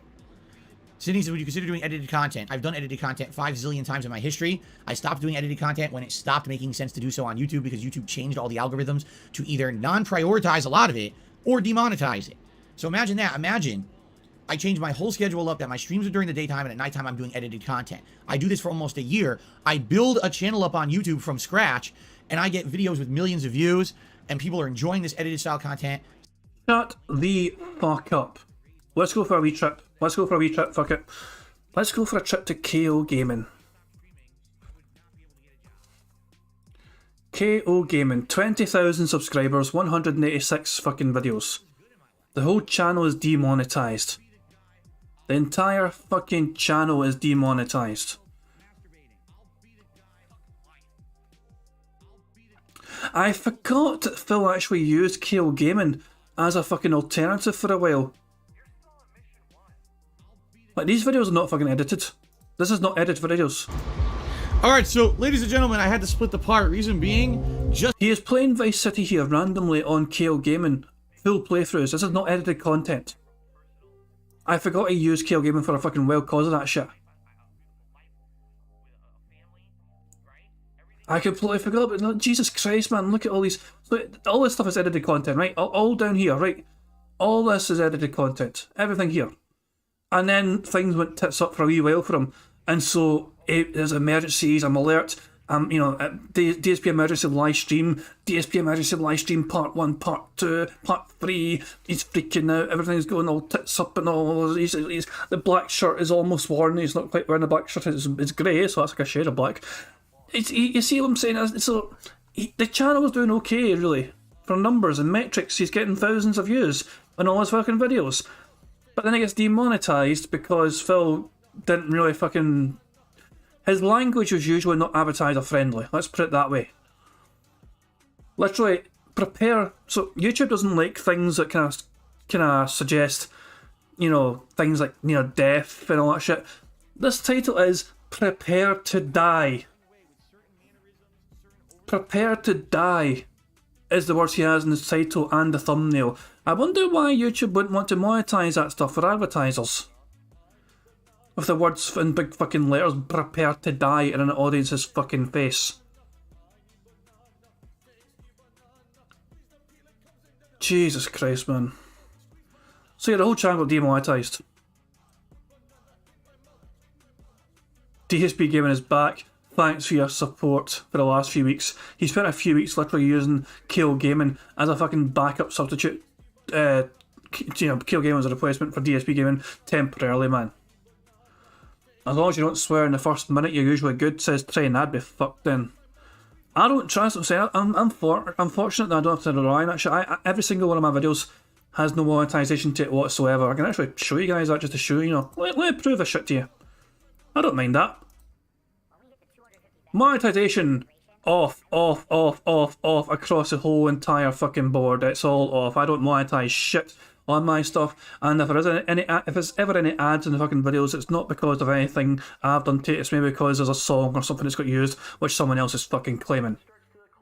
So no monetization on any of my fucking shit. All off. Every single one of them. Channel. And I decided to come back to it early 2017 because I'd like to reinvigorate the channel. Let's do some edited content, and the whole channel's demonetized. And when I look into it, there's literally no reason why. It's just that YouTube, at that point, their algorithm was a piece of dog shit and would just demonetize for no reason. And my whole channel was making nothing. And I'm like, wow, a whole year's worth of work and I make nothing on it now. That's really great, isn't it? So I gave up and I became a full-time streamer at that point. And since then, my content has changed dramatically, but I feel my content is much more positive and better than it ever was before. So I don't want to go back to the edited style. There's tons of people who do edited style content on YouTube and they're successful. Good for them. Most of them have to supplement their living with sponsorships, partnerships, other kinds of supplemental income like selling merch and shit, while I just get to do interactive streams with you guys every day. This is what I enjoy doing and what I want to keep doing. Let me translate that shit for you. Other people fucking put the time and effort into making edited content, and they're usually able to fucking sustain themselves through things such as that content, as well as advertising, you know, fucking actually promoting things as well. Some people will have their own fucking things that they will advertise to try and get some extra money, sponsorship deals, lucrative sponsorship deals. Some channels can afford to do this, but they can afford to live a life. It means that they're not fucking asking their own fans to fucking step up and pay for them to do shit. Some of them might have their own fucking Patreon shit, but it's usually something that actually has a shit ton of effort into that as well. There is usually good fucking perks and that crap for most content creators out there. But although it's all about the bottom line, he needs paid by those fucking dent-heads in this fucking chat. His whole entire fucking premise here as a fucking streamer is to make sure he begs hard enough to not have to fucking be homeless. That's literally the whole premise. Every single facet of his income is reliant on memberships to supplement his income, super chats to supplement his income, Patreon to supplement his income, tips to supplement his income. Ad revenue is barely fucking anything for him. It might be I don't even know how much Phil would actually make on ad revenue these days. It's probably, I mean, I would guess randomly between 50 and $100, maybe that. I'll assume around that just for ad revenue, and the rest is literally fan support. And he expects about, well, in YouTube alone, he expects about $4,500. And for tips, he expects around about the same, $5,000 in tips usually. He expects at roughly he hopes for $10,000 a month essentially across the whole board. So that's why I'm not going to try to go back to being an edited content creator. I very well believe right now, I could go back and make a channel and build it up again and do the same kind of things everyone else is doing, and I could be semi-successful. I don't think I would be a top guy, but I think I could be semi-successful doing that kind of stuff. But is it really worth it when in a moment's notice, your entire week's worth of work can be demonetized on a whim by YouTube and now you make nothing because all your income is based on on-demand views? I don't think that makes any sense. Okay. Snorlax King just did a super chat. First super chat of the day. He's looking back at your God of War 2018 playthrough. You're concerned some may want to experience Ragnarok for themselves. I know that was an issue. Here's the difference. Okay. Back then, I was still only about a year into being a full-time streamer. Okay. And yes, there was a lot of fluctuation. When I was playing a hot new release, a lot of the times people would stay away. I don't think it's a big deal. I don't really care anymore. I'm not, like I said, I'm not Mr. Views. You know, I don't care about, I have a ginormously, exceptionally large group of people on my stream for a new release. It's more, are we having a good time? And are people there to support? He literally used views as a fucking reason that he wants to drop Splatoon 3. Splatoon 3 was not getting the support he fucking wanted from a game and all that shit. The fucker just, he can't fucking stay consistent with his reasoning and logic. Yesterday he was Mr. Views, today he's Mr. Tips. As Review Toilet Paper Use says, now he's Mr. Tips. He really should be Mr. Get a fucking job. So Phil says he's not Mr. Views? Nope. When I am streaming, which it seems like no matter what I'm playing, they are. So it doesn't really matter anymore. Back then it was a concern. I was like, oh shit, I'm playing a new release and now a lot of people aren't showing up to the streams or whatever. I mean, I'm going to be playing Earthbound today for probably 150 people. I don't really think I care about how many people are on my streams anymore. You know what I mean? It's really not that it was an issue at one time and it's not anymore because, again, I feel like I've reached that point in my creation history where it doesn't matter about number of viewers anymore. It's really just a number. It's more about overall enjoyment and engagement and support as opposed to that. And I think I will get support for the big new games. I'm not really afraid of that. So, no, I'm not really concerned. Erlin, I don't know why you were timed out. I wasn't paying attention. Erlin says he was trying to defend me and he got timed out. So if that's the case, moderators, please be a little careful that you're not timing out people who are actually trying to be, nice to me. At the same time, Erlin, just so you know, I don't need anyone to defend me. I can defend myself. You don't have to white knight if that's what it was too, because I have no idea what the situation was. Okay. Phil does not need anyone defending him. All he needs from people is not a defense, but their fucking money. Expand Dong says, Xenoblade Chronicles 3, his criticisms are characters don't make much progress in the universe of the game. The narrative buildup is absent. Well, that's a problem. If you're playing an 80+ hour game and you don't feel like there's development of the characters, why are you playing it? No, really. Like, you want development of characters. That's some of the best writing available in games or any story. You want your characters to change, evolve, and have things going on over time. And if you're saying there's no character development, then why are you know what I mean? Like, oh, something else arbitrary happened, head over there, do that. Oh, something else happened, head over there, do that. Oh, something else, but everyone's the same. Well, then I don't care. No one grew. If no one grew, then I'm not excited. So there you go. There you go. 672, re-up this membership for 17 months. He says, I blocked all the mods so they can't time me out. There you go. If you block people in stream chat, you can never be timed out by a moderator. What? I'm pretty sure that's not how it works. But thank you for re-upping your membership, 672. Now Expand Dong says, that's not what I meant. I meant the sense of progression from going from one place to another. All right. I'm not going to understand what you mean. 1% Milk says, do you think Capcom Fighting Collection has a bit more life? Yes. Last night actually was one of the better streams. We had almost nonstop gameplay. There was maybe one segment where there's 5 minutes we had to wait. It was a lot of Vampire Savior, admittedly, but a lot of good matches, actually. We had some pretty good combat, pretty good matches. The classic Street Fighter stuff that we did play was good. I played a lot of Champion Edition Bison, but had some good matchups, like mirror matches with Balrog. It was a good session. It actually was a pretty good one. Okay. M. Bison says, why not make a YouTube community post that people can respond to with questions on Ask the King? The forum's too much effort. Because you can't link to a YouTube community post. As you can see right now in the chat, if you type exclamation point Ask the King, a link pops up. Click it, then you post up your question for the show. You can do that at any point that a stream is live. okay? There's literally no way to link to a community post on YouTube. So I can't say, hey guys, go here and post up your questions. I have to say, hey guys, go to the main channel page of DSP Gaming. Go to the community tab. Scroll down for days and days until you find this post that I made 3 weeks ago. Is that true? Is he actually being serious here? I'm not entirely sure if I should believe Phil or not. How about we test it? Let's just test it. Let's see if Phil's being honest or not. Let's go on a wee trip. Who do I want to see community post wise? Let's just check someone else's community posts. Who makes posts on a community page sometimes? Let's check Prophet out. Let's check our pal Prophet. Oh, he hasn't got. Sorry. That's my bad. Sorry, Prophet. He hasn't actually got a community page. You need to have I think you need to hit a certain number of subscribers. By the way, if you're not subscribed to Prophet, give him a wee sub. Here's his channel. Here's Prophet's channel. Give him a sub. He deserves it. Just saying. That being said, it's a good shout. So, community page.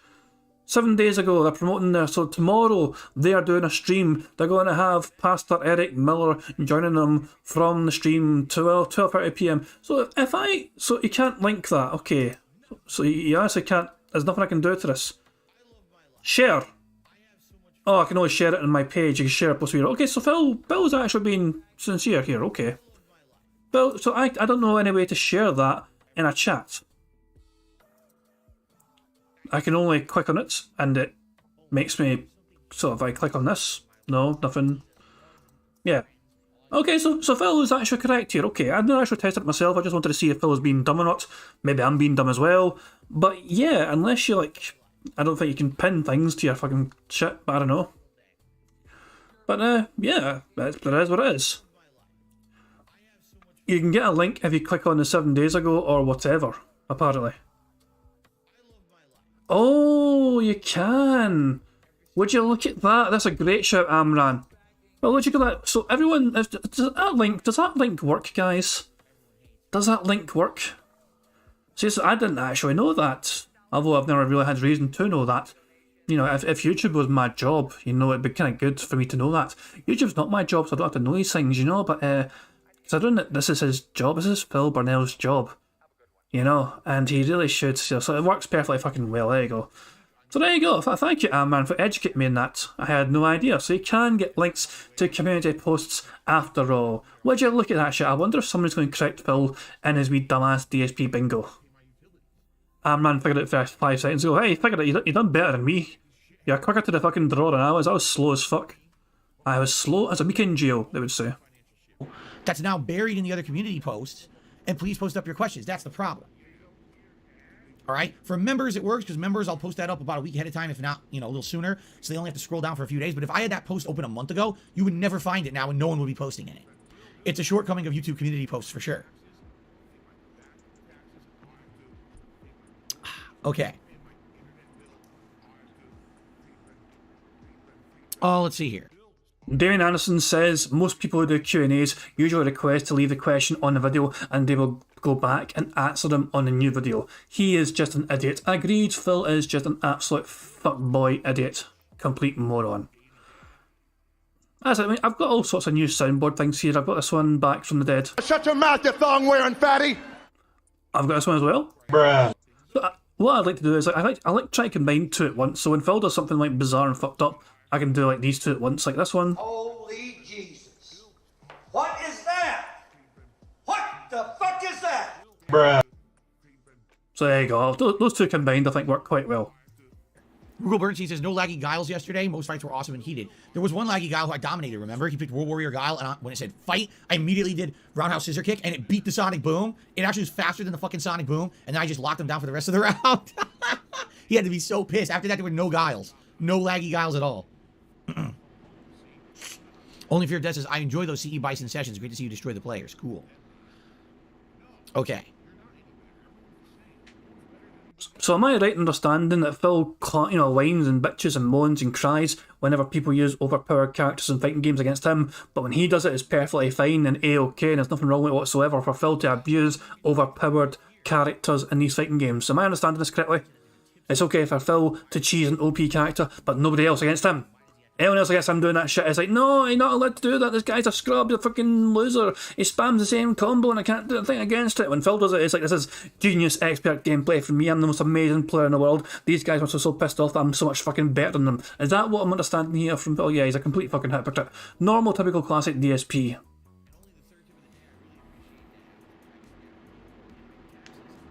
Can I allow comments on my Sekiro playthrough part 40?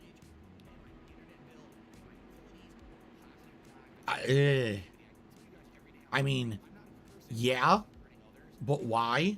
Would I manually enable comments on one part of a playthrough from years ago? That would be kind of odd, no?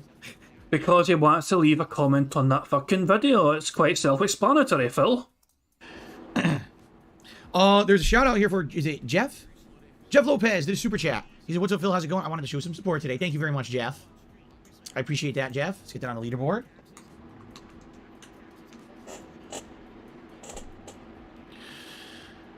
Jackie says, are we able to submit YouTube short highlights from older playthroughs? For what? What would you be submitting those for? I'm confused. Cooper, I don't give a fuck about a virtual mermaid's race.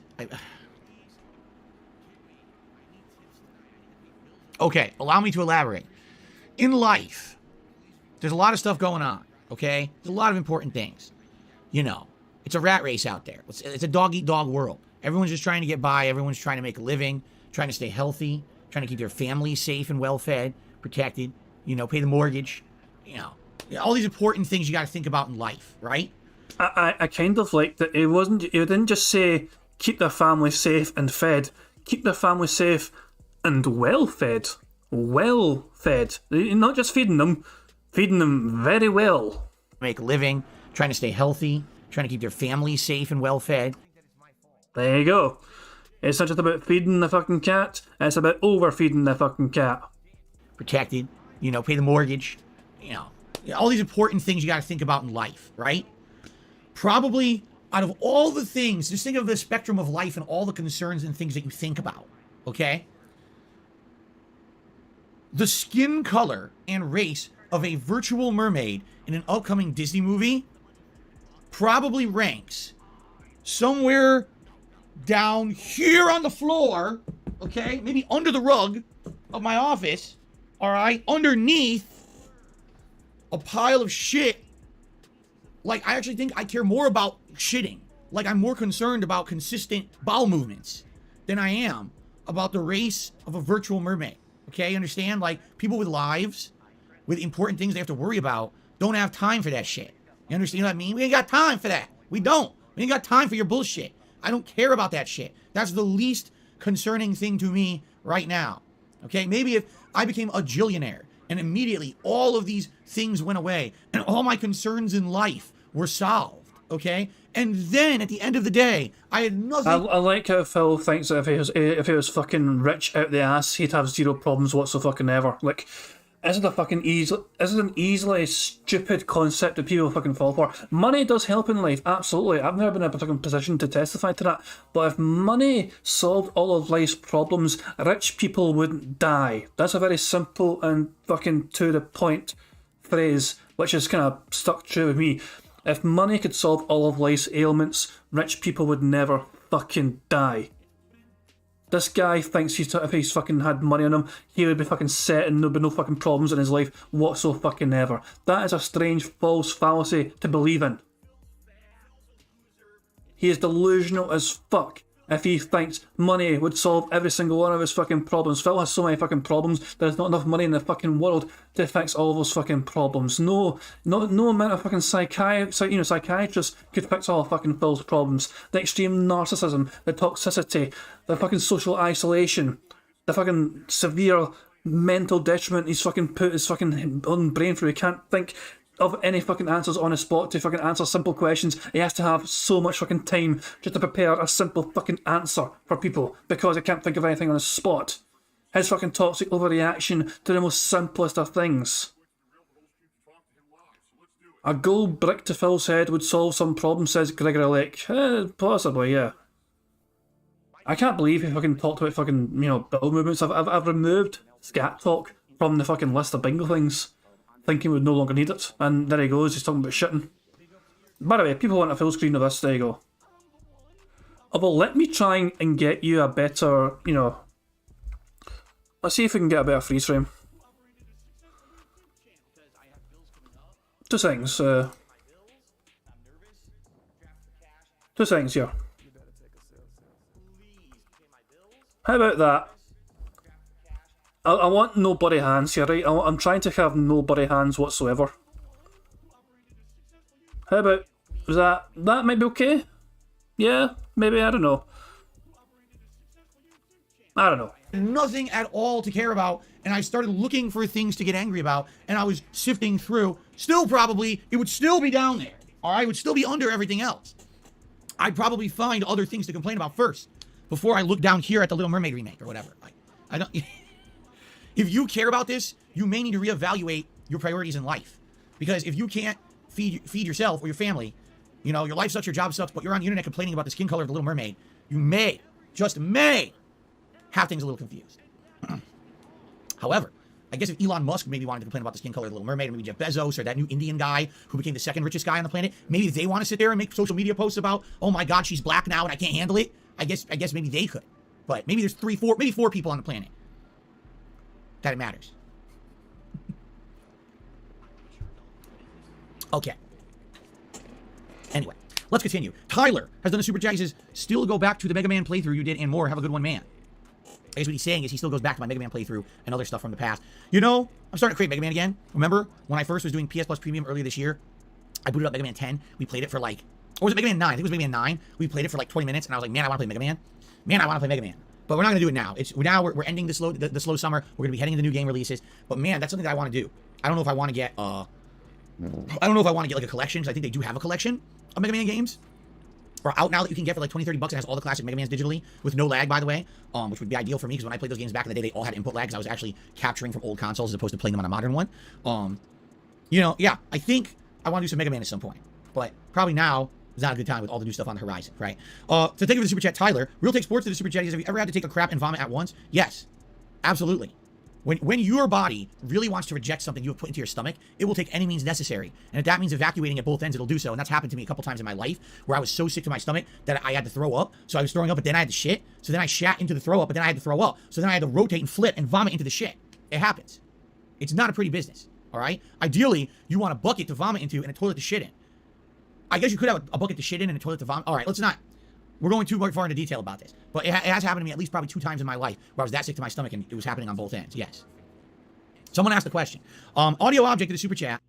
I'd like to point out that never in my entire fucking existence on this planet have I had to have that happen to me. I've been massively sick before, yes.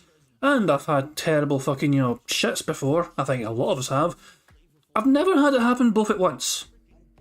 I don't know about you guys, but to me I think that's a very strange fucking thing to have the 2 of them happen at fucking once. Never in my entire life have I had that kind of thing happen to me. And I'm obviously very thankful for that shit, because, Jesus Christ. I assume it's the same for most people. Hales Gaming says it's Phil is an anomaly.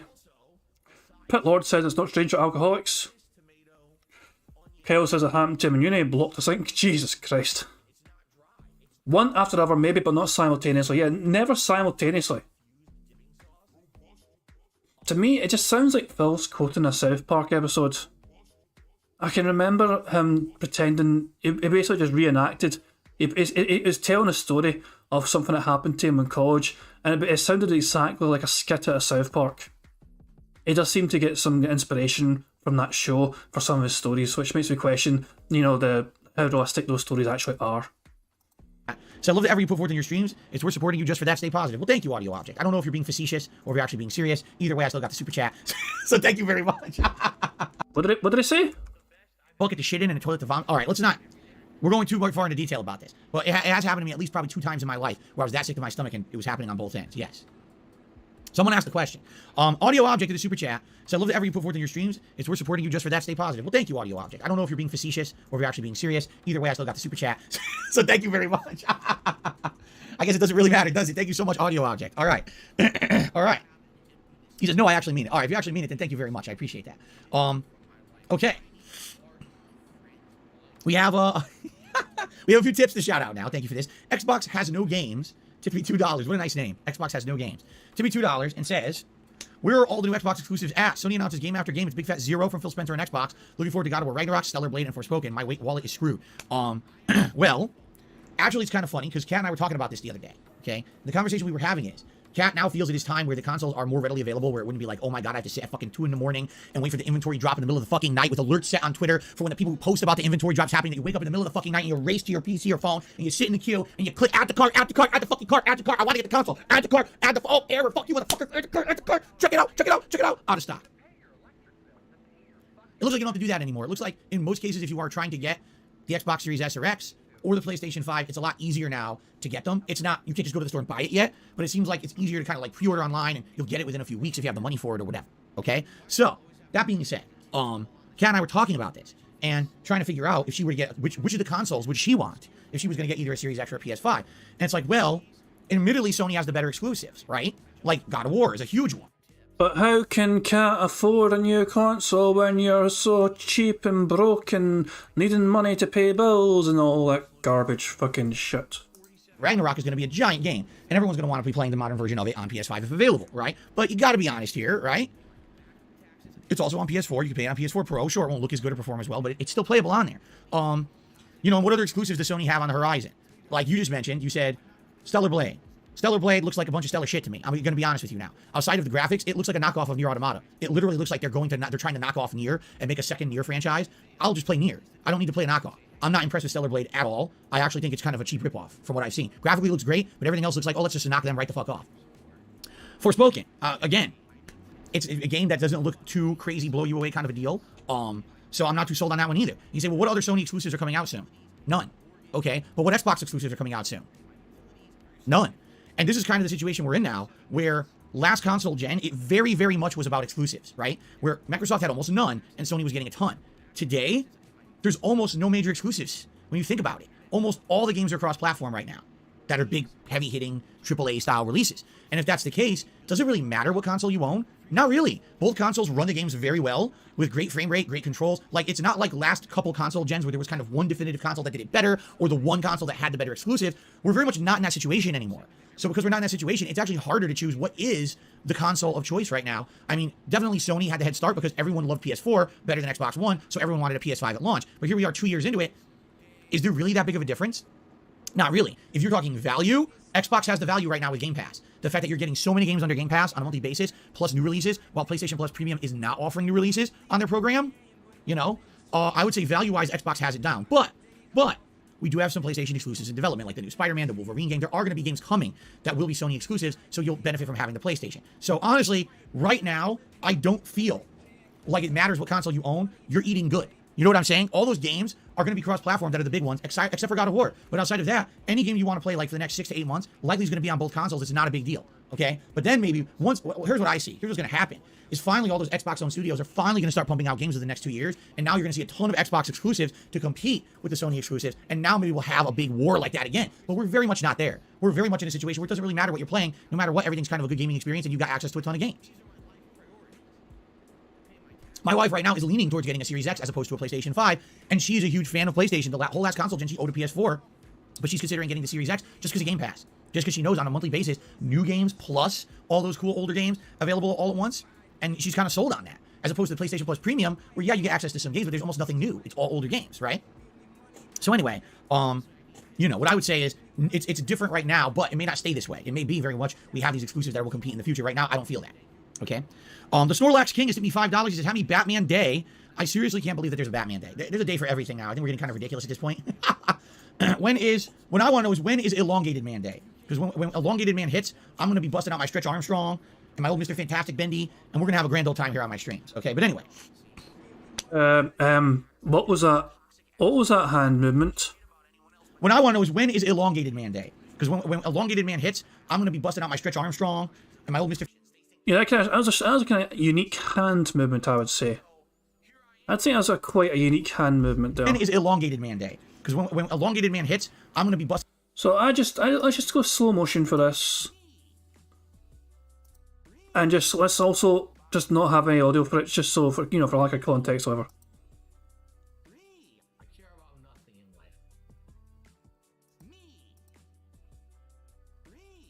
What the fuck? Alright, back to 1.5 speed, fuck it. What day is fucking milking a fucking cow in the air or something is weird. And we're gonna have a grand old time here on my streams, okay? But anyway, I digress. He says, have you seen the new Batman movie with Robert Pattinson? No. I loved it a lot. Are you looking forward to Gotham Knights next month? Yes. Should be an interesting playthrough. Both excited and nervous for the game. Lots of unknown factors. I agree. I don't know if it's gonna be good or not. If it plays like Arkham series, it'll probably be well received. If it ends up being way more combat oriented and less story and mystery and puzzle oriented, might not do as well. Might get very repetitive with too much fighting gameplay. I don't know. I'm going to be cautiously optimistic about it and look forward to it. Think of the tip. And then the Tech X Retro tipped me $10, and that is the biggest tip of the day. So let's get them up on the leaderboard. What in the holy hell? I'm off by a little bit. Thank you, Tech X Retro, for a $10 tip. That gets us to 17 so far today. Quick reminder, this is the only stream I'm doing today, is this podcast and Earthbound. So if you like the podcast, but you're not going to be here for Earthbound, you want to support today, please support now, because I'm not doing a late stream tonight. This is my only stream of the day. Okay, thank you. Okay, I think we got another super chat. Okay. Real Take Sports to the Super J says, hangovers suck. It won't stop me from the gym. Well, there you go. Just be careful. Don't do anything too overly strenuous if you're not feeling good. You don't want to, like, fall or overexert yourself and pass out. You know what I'm saying? Especially if you're lifting weights. Gotta be careful, man. Get a spotter. Okay.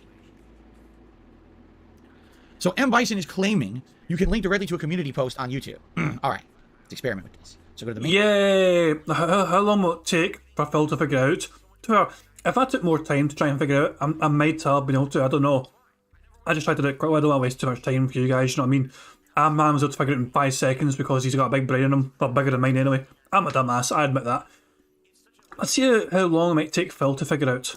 Main page. I click on community. I scroll down. Okay. Here's the members only post that I did yesterday. Okay. So I can't click on it at all. Doesn't do anything.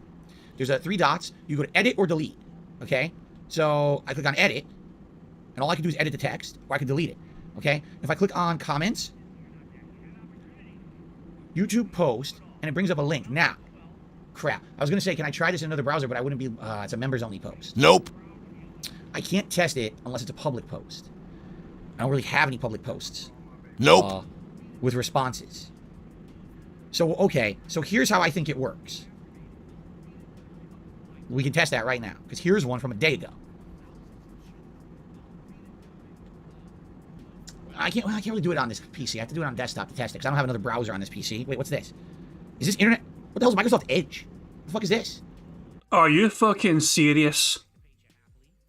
This fucking boomer has never heard of Microsoft Edge. Are you? Oh my fucking god. Holy shit. Holy fucking shit. And people want, and Phil wonders why he's called a fucking dinosaur sometimes. He wonders why he's called a fucking dinosaur sometimes. I can't really do it on this PC. I have to do it on desktop to test it, because I don't have another browser on this PC. Wait, what's this? Is this internet? What the hell is Microsoft Edge? What the fuck is this? Is this a browser? There's a browser called Microsoft Edge? Oh my fucking god. Oh my. If Prophet was here, man, I don't know if he's like just, you know, busy tonight, or maybe it's on mute caption, I don't know. He must be losing his fucking mind if he knows about this. Jesus Christ, man. Holy shit, man. I didn't even know that. I clicked it and it opened. Okay, let me try Microsoft Edge. I never heard of it. See if this works. That did not copy paste at all, like I intended. Let's try this again. Copy. Paste.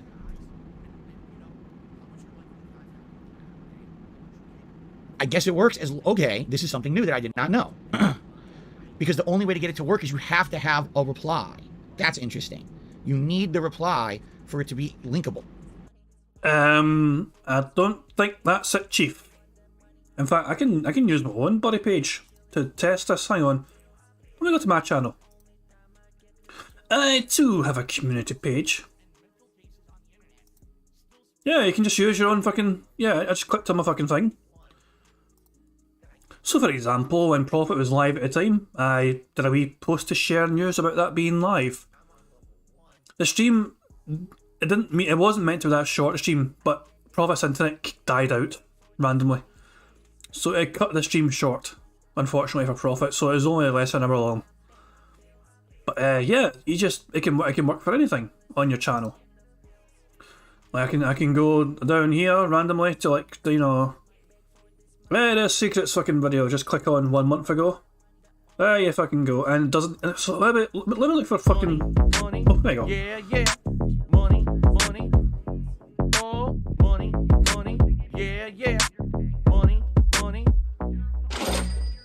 Thank you very much, Infidel Castro, for super chat. It says, please consider Big U as a square. Big U?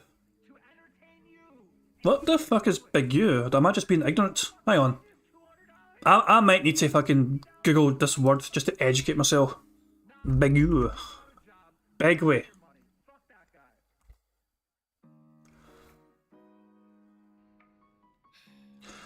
It's a French word. Oh, beg, segue. I see.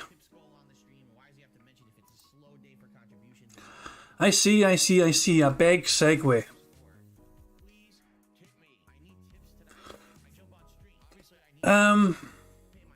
Sorry. Yeah, I'm just trying to confirm very quickly. I've had zero, so this post here has a reply. Doesn't matter. These ones don't. I made. You can still get a link for them. You just click on that, you get a link up here. Fucking fantastic. Hooray. So the file is wrong, essentially, as usual. I'll just click on that, and there we go. Okay. Well, this is new. I did not know this. I'm also, and by the way, and a beg segue. I'm definitely interested in trying to incorporate it. I'm not trying to dismiss it, you know. It's an interesting shout, but it could be one of those things where it could be hard to interpret sometimes. I'm all for it. In fact, I'm going to add it to my list right now. Fuck it, I'm going to add it. I have a big list, you know, bingo list thing, which I have notepad file. Tom Tony wants now added as well. Fuck it, I'll do that as well. Hang on, so I'll do it now, since I like the way Tom Tony spells it. It kind of reminds me a bit of Arnold Schwarzenegger. Jingle all the way, put that cookie down now. Now and Begway.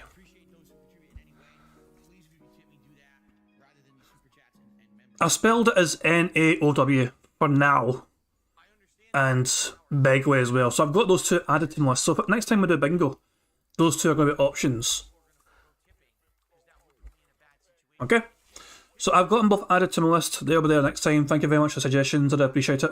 And I'm adding it now because a lot of times when you guys give me great suggestions, I'll not add it straight away, and when we get to the end of the stream, I'll forget about it because I'm a fucking moron. So that's why I'm adding it right now, just in case I fucking forget, because I'm bad for that sometimes. So I'm adding it right now. learning. Thank you to M. Bison. Hold on. Wait, what's going on? How do I get out of here? Oh, now I'm in the post. Ugh. Now I'm in the post and I can't get out. Oh, here, your channel. Here we go.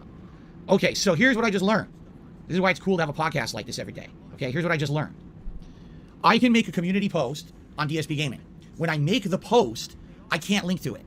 But if someone responds, or I guess maybe can I respond to my own post? I never tried that. The moment that a comment responds to a community post, by clicking on the comment, you open a comments thread, and that comments thread is its own unique URL that then you can link to later for people to post up to. Okay, this is interesting.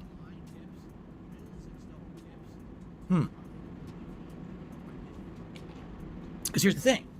If this is the case, and if people can just post directly to my YouTube channel, okay, for Ask the King, then technically, I don't really have a need for the, well, hold on a second.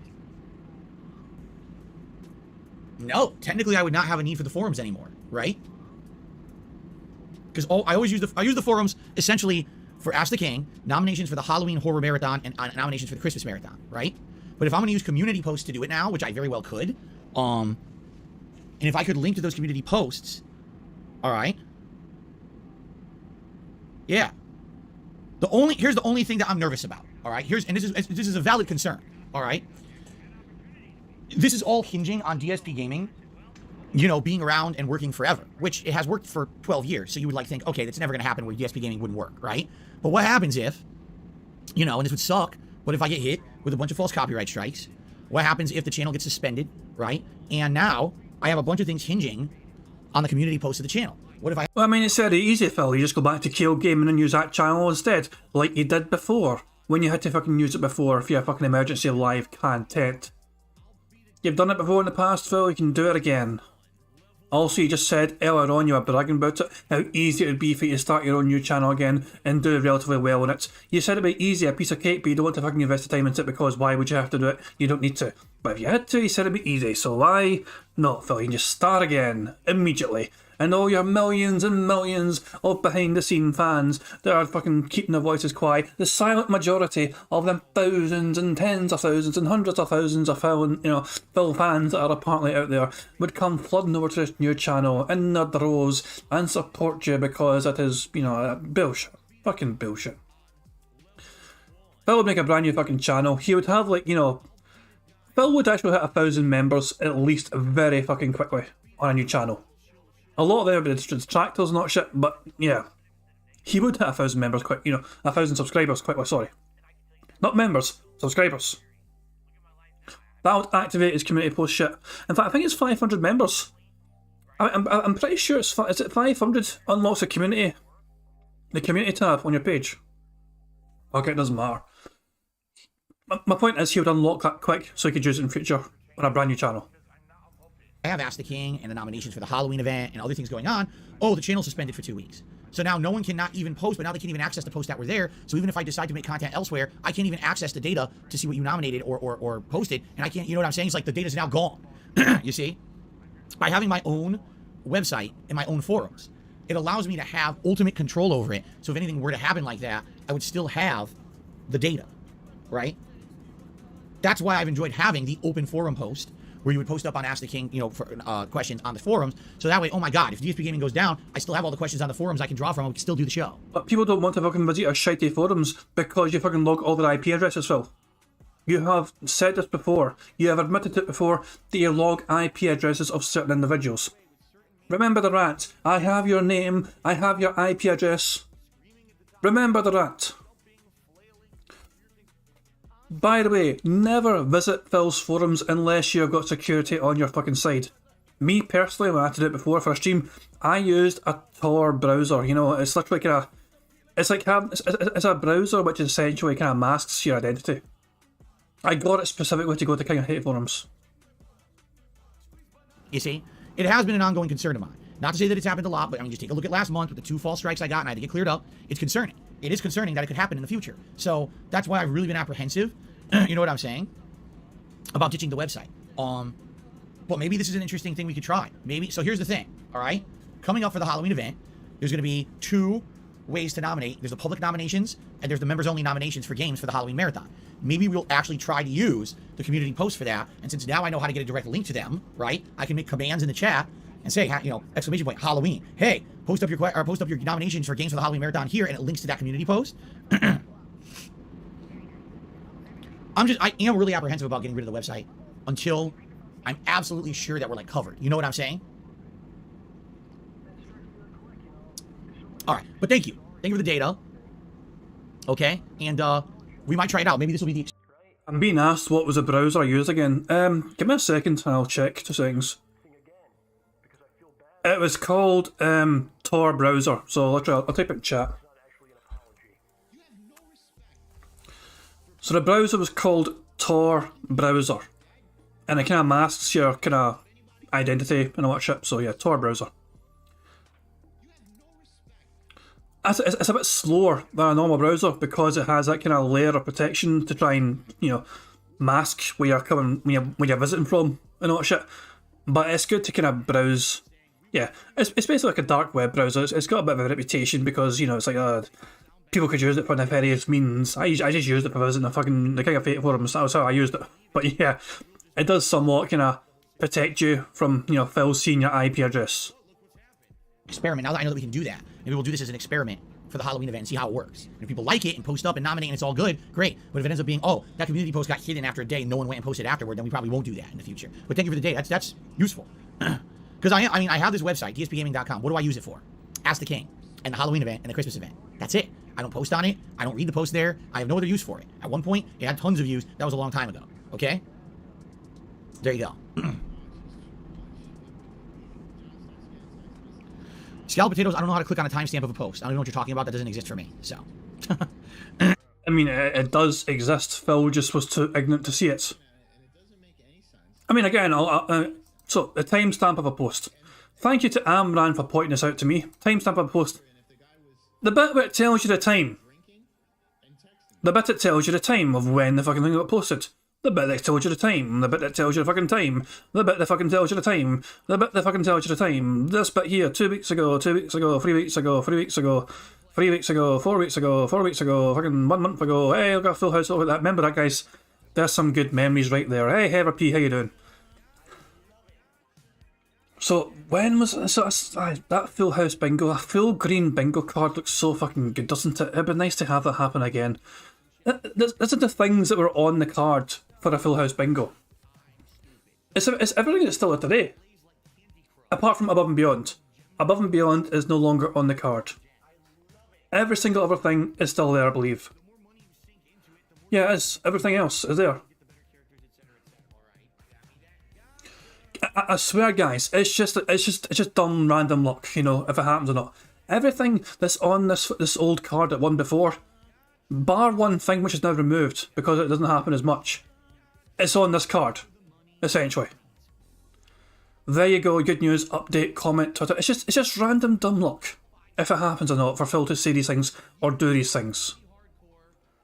It's just that. Sadly, we get some more successful nights compared to others in terms of how well the bingo cards, you know, the squares get ticked off. You know, it's just one of those things. Anyway, but yeah, the timestamp is this fucking thing right here. It takes you to the fucking post. And there we go. Anytime we get a full house bingo thing, somebody can win like 25 quid. Either you can win it as just money being sent to you, or you can get a voucher. I mean, maybe like an Amazon gift card voucher, or for anything in general. But usually we can think of something. So if we ever get another full house, somebody in chat can win £25 prize, whether they want it just direct cash or any other kind of way. But we need to get a full house first, which means getting another 25 out of 25 green squares for one podcast. Easier said than done. Okay. All right. So did I get Real Take Sports up there? I did. All right, guys, we still got about 15 minutes left. You know, any other contributions to shout out or any other questions you want to ask me, tag me in the chat. We got a little bit extra time before we get started with Earthbound, okay? And I guess I am going to turn on the air conditioner now because it's almost 80 degrees in here. And the air's getting very stuffy. Bothering me. What's my favorite fast food spot today? Whew. If I had to think of all the fast food stuff near me, all right, and I had to choose, like definitively out of all of them, which one I would want to get, probably Jersey Mike's Subs. It is more fast foody, although I get the ones where they cook it fresh. They'll cook like a fresh cheesesteak for you or whatever. That's probably what I would get from there, but it's still considered fast foody. If you're talking not sandwiches, but just like a burger joint or like really quick instant food, probably Wendy's, although you still get cravings for other things. Like I get a craving for McDonald's or something like that every once in a while, but probably Wendy's because I like their burgers a lot. And also like their chicken nuggets are pretty good. They've got good quick things, you know. Yeah, so I guess that's what I would say. Although the thing is, we have a really good Mexican fast food place right down the street. That's incredibly good. Like really, really high quality, fill your stomach, freshly made food. That's insanely good compared to anything else around here. But like if I mention it to you, you won't even know what I'm talking about because it's local. You know what I'm saying? But it's incredibly good. I absolutely love it. Chris has sent me $20. Thank you to Chris for a $20 tip. He says, been following your channel since August of 2015. Always enjoyed your content. Please keep that.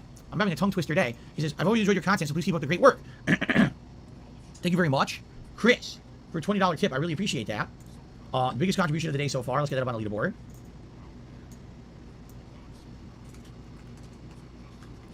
That'll jump us to $37 in tips before we even started the game. Thank you guys so much. I really do appreciate you guys helping me out today and supporting before I've even started. Since, again, this is my only stream of the day. Thank you for that. Okay. So Scallop Potatoes is saying when you make a post on the community tab, it says how long ago it was posted to the right of your username. When you click on that, it goes into a direct link to the post. Hey, it looks like it's about to finally learn. Hey, wait for it, wait for it. Wait for it.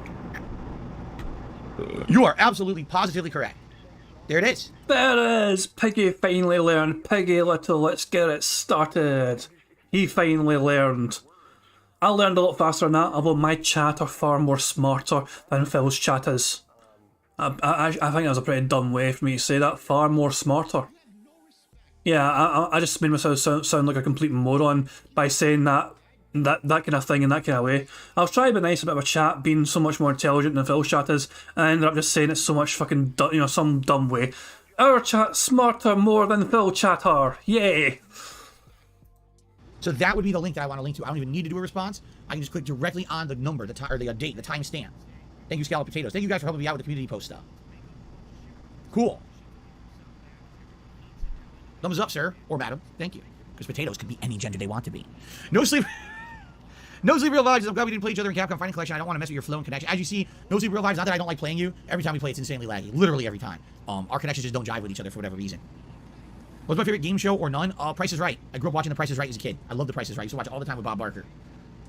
Do I think series with the titles of the word king in it are still fitting now that you aren't King of Hate anymore? Yes, because as I explained earlier this year, even though I retired the moniker, sadly because people were just not taking literally 60 seconds to research what it meant, they were misconstruing what the King of Hate moniker meant and saying that it was something that it wasn't, and saying that I was a bigot and a hateful person when I'm very much not. That was not what it was. It was that people were... I mean, you are a bigot, you are a hateful person, you are a racist, you're a homophobe, you are a fucking vile human being. This is all one disputable fact that we have presented evidence for on a regular basis, on a daily basis. You are an absolute arsehole, and really society is better off if Phil Burnell would keep himself to be a hermit and not fucking have to inflict himself upon normal human beings so they don't have to fucking suffer from him being around them.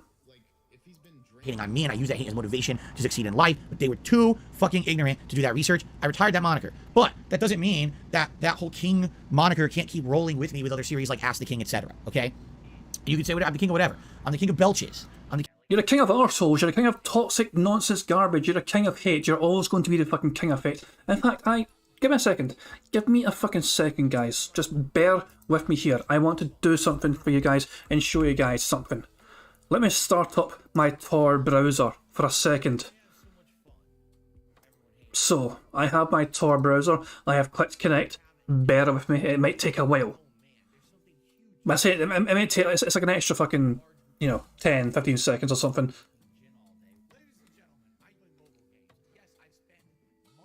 Okay, it's establishing a connection. It's taking its fucking sweet time. Just bear with me here. It will be eventually be fucking worth it. So, does anybody know what happens when you type in thekingofhate.com?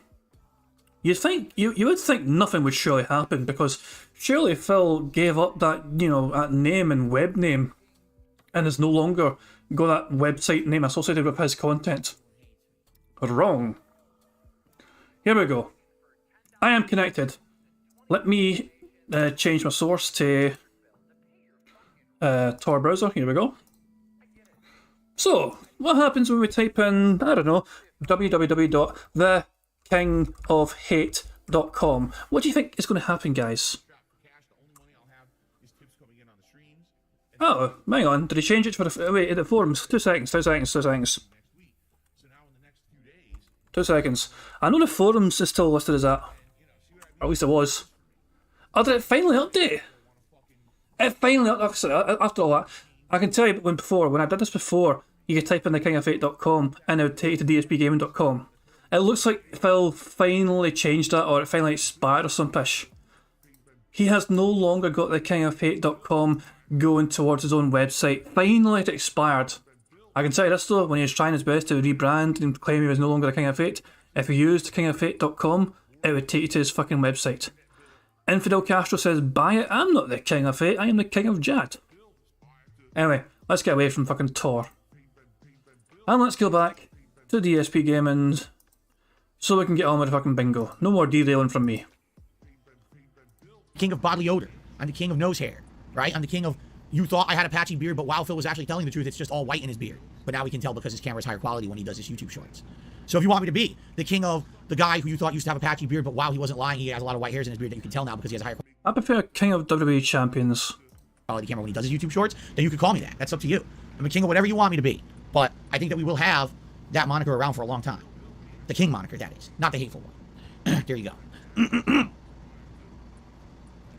No, I'm never going to climb Mount Everest and stream from the peak. That's stupid. How does Bethesda make Fallout great again? By making a good Fallout game. Eureka! But that could be a daunting task. They very well may not even have the staff that made those great Fallout games working for them. Then again, Microsoft could just buy the staff back as another game studio like Obsidian, and then they could make another one. So, there you go. What's going on, B Gaming? How you doing? Eric says, speaking of potatoes, you can get fries and meatballs and dress up like Master Shake for Halloween. You can assemble the Aqua Teen Hunger Force.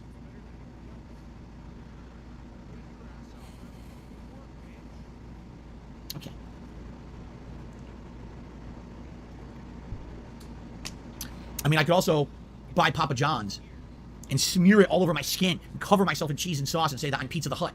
I could do that too. That would be a good idea, right? Anyway, No Sleep Real Vibes says, will Sega ever live up to their famous quote, Sega does what Nintendo don't? Not anymore. They don't even have a console. Melia says, when's the next Patron's Choice playthrough? Don't know. We haven't really worked on that in a while. Likely now, for the next several months, there'll be some different stuff. And I actually have a unique idea for our special goal for October members that'll lead into November. I think you're going to like this idea. A fan sent me a really unique idea. And I looked into it and I was like, this could be really interesting if it works. Okay? I think it might be really special. But I'm not going to spoil that. We'll talk about that when October hits. Okay? So.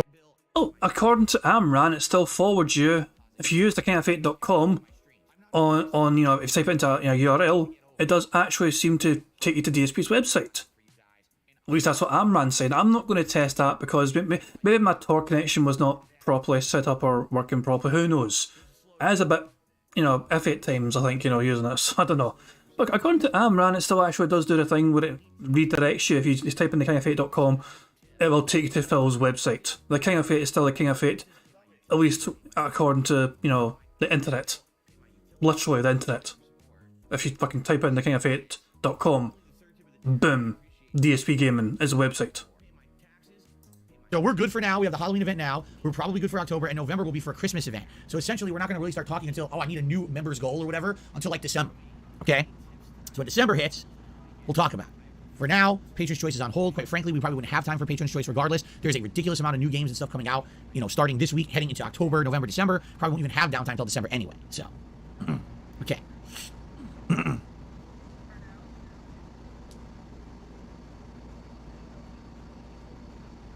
No Sleep Real Vibes is ready for Earthbound. That makes two of us, because I'm ready for Earthbound today for sure. I love Earthbound. Very nice. All right, last chance for questions, guys, if anyone has one. Or again, any contribution you'd like me to shout out before we end the podcast. I know some of you guys, we have 270 people here for the podcast. Half of those people are going to leave. I would guarantee when we start the game, we'll have like 150 people. That's basically what we had yesterday by the end of the stream. So anyway, thank you guys for your support on the pre-stream. And last chance. Last chance for a last dance with Lance Vance. Yaya says, what would be a good last question? A good last question would be, how are you enjoying my $10,000 tip that I just sent you?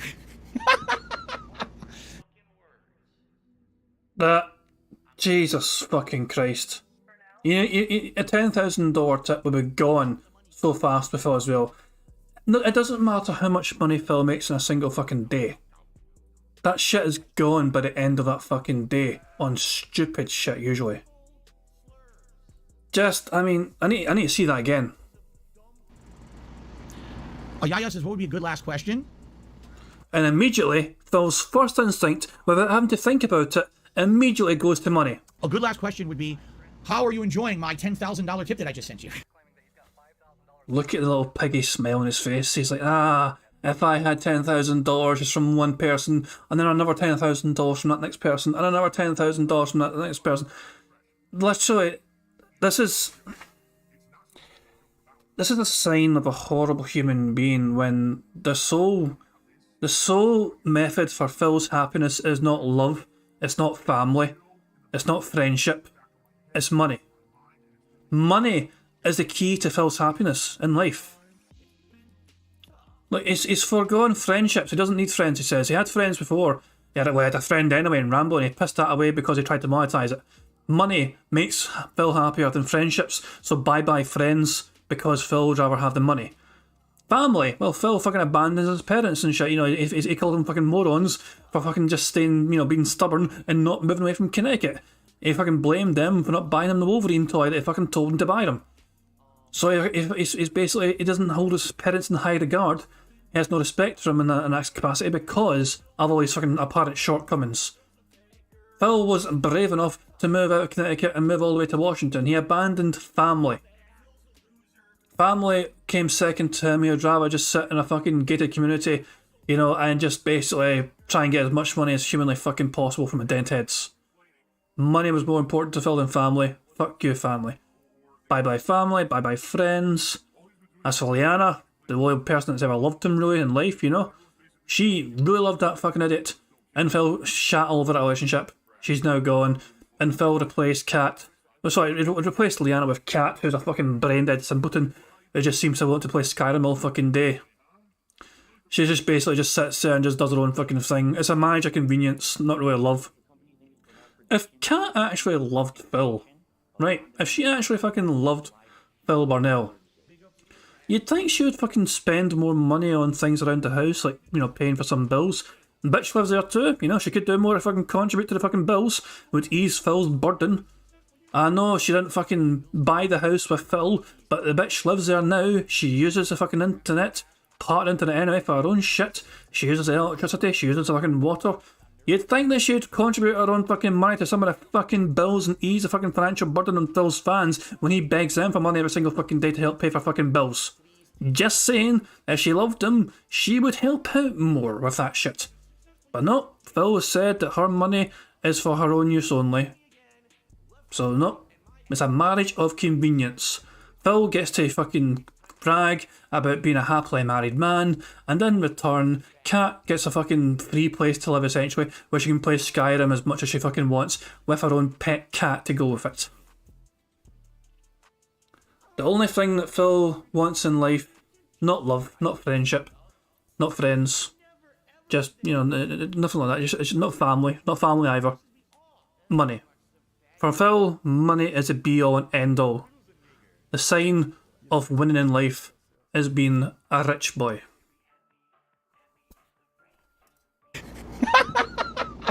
There you go. That'll be a stupendous last question for the podcast. I would really enjoy that question, answering. Anyway, I'm just kidding. I'm being stupid. Any chance for Minecraft again? It's a different game now with all these new updates. Let's see, return to the Nether. If I were to do Minecraft, here's what we would do.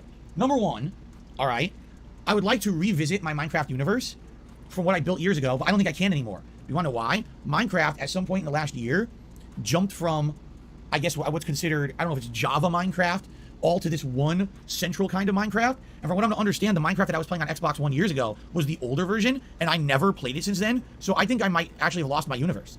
I think I needed to at some point boot it up and convert it over, and I didn't. So I don't know if I can actually go back and check out my stuff. It might be gone because I haven't played it in so long.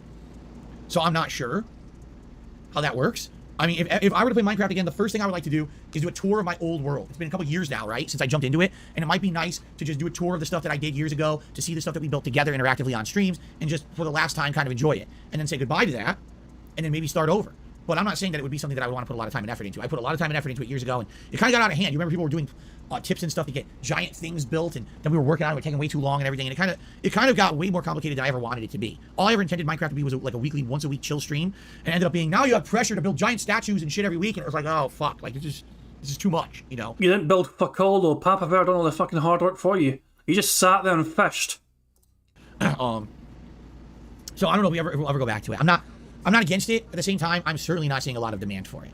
Would I ever play Roblox again? Fuck no, that game is fucking dog shit for kids. I would never play that game again. That thing sucked ass. Oracle Yudo says, when can we get bald side Phil when I lose all my hair?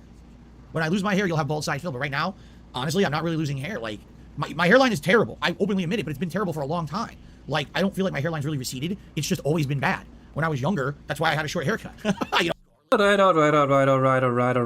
Let's compare hairlines. Let's compare the hairlines, not the length of hair. Let's compare hairlines. Let me search Darkside Phil on YouTube to get the old Darkside Phil, the original Darkside Phil, the OG Darkside Phil. There you are, you wee bastard. And let's search for, let's see. I mean, this might do. Actually, fuck it, this might do. So it is what it is. So that's Phil's old hairline, okay? This is 2011, by the way. Over 10 years ago. Current day Phil. Past Phil. Current day Phil. Past Phil. Let me just get him lifting his head up a wee bit more. So anyway. It's fucking hang on 2 seconds. Okay, sorry, let me just get past this wee bit here. Here we go. All the time. So go full screen for us, right? So, this is past Phil, current Phil. Is it just me, or is there so much more fucking forehead than before? That is a big ass forehead he's got these days. Look at the amount of forehead. It's like a comb over he's got for the fucking hair. Although, admittedly, am I being a wee bit unfair here? It is kind of 2 different hairstyles, isn't it? It is kind of 2 different hairstyles he's got here. He had a bad hairline to begin with, now it's receded and thinned out to a disgusting patch of grease and spray paint. Yeah, what t-shirt's this, Phil? All the big blockbusters, every, interesting new... What kind of t-shirt is this? Is there any way if I can see him wearing the fucking t-shirt as a... It looks like that might say hate in it, I don't know. Let me go to part 1, maybe we get to see a better view of it. What's going on? It is a King of Hate t-shirt, would you look at that? His own dumbass face and his own dumbass t-shirt which has hate in it. Wow, that's such a positive bit of fucking product. That is what a positive product that is. I love Infidel Castro saying even he knows to hide the hairline in his t-shirt. Phil had a different hairstyle here, but that was his past hairstyle. This is current day Phil. That is a big ass forehead he's got. Although that is also meaning a lot less hair on that head. Anyway. Enough of that shit. Back to the bingo. I always had a buzz cut because I knew my hairline was never even. It was fucked up because of that. Like I said, when I was a kid, I always had a comb over, and this is where my hair parted, and then it would comb over this way. And when that happened, it fucked my hair up. It fucked my scalp up. Any plans to play Hellsinger soon? No. I'll reiterate what I said the other day. It looks interesting, okay? But I wasn't planning on playing it because of music issues. It has all licensed music in it, and I'm thinking, dude, if I play that on YouTube, that's a nightmare. That's a licensing nightmare. Every video is going to get either content ID matched or completely blocked because of all the music. Then the day before the game came out this week, the producers of the game came out on social media and were like, oh, by the way, we struck a deal, so you don't have to worry. No one's going to get any issues because of music. And I was like, you say the day fucking before your game comes out? Obviously, I would have been interested in planning on it if I had known that. So I didn't have time for it in the schedule. So now... Whoa. Did he just say update?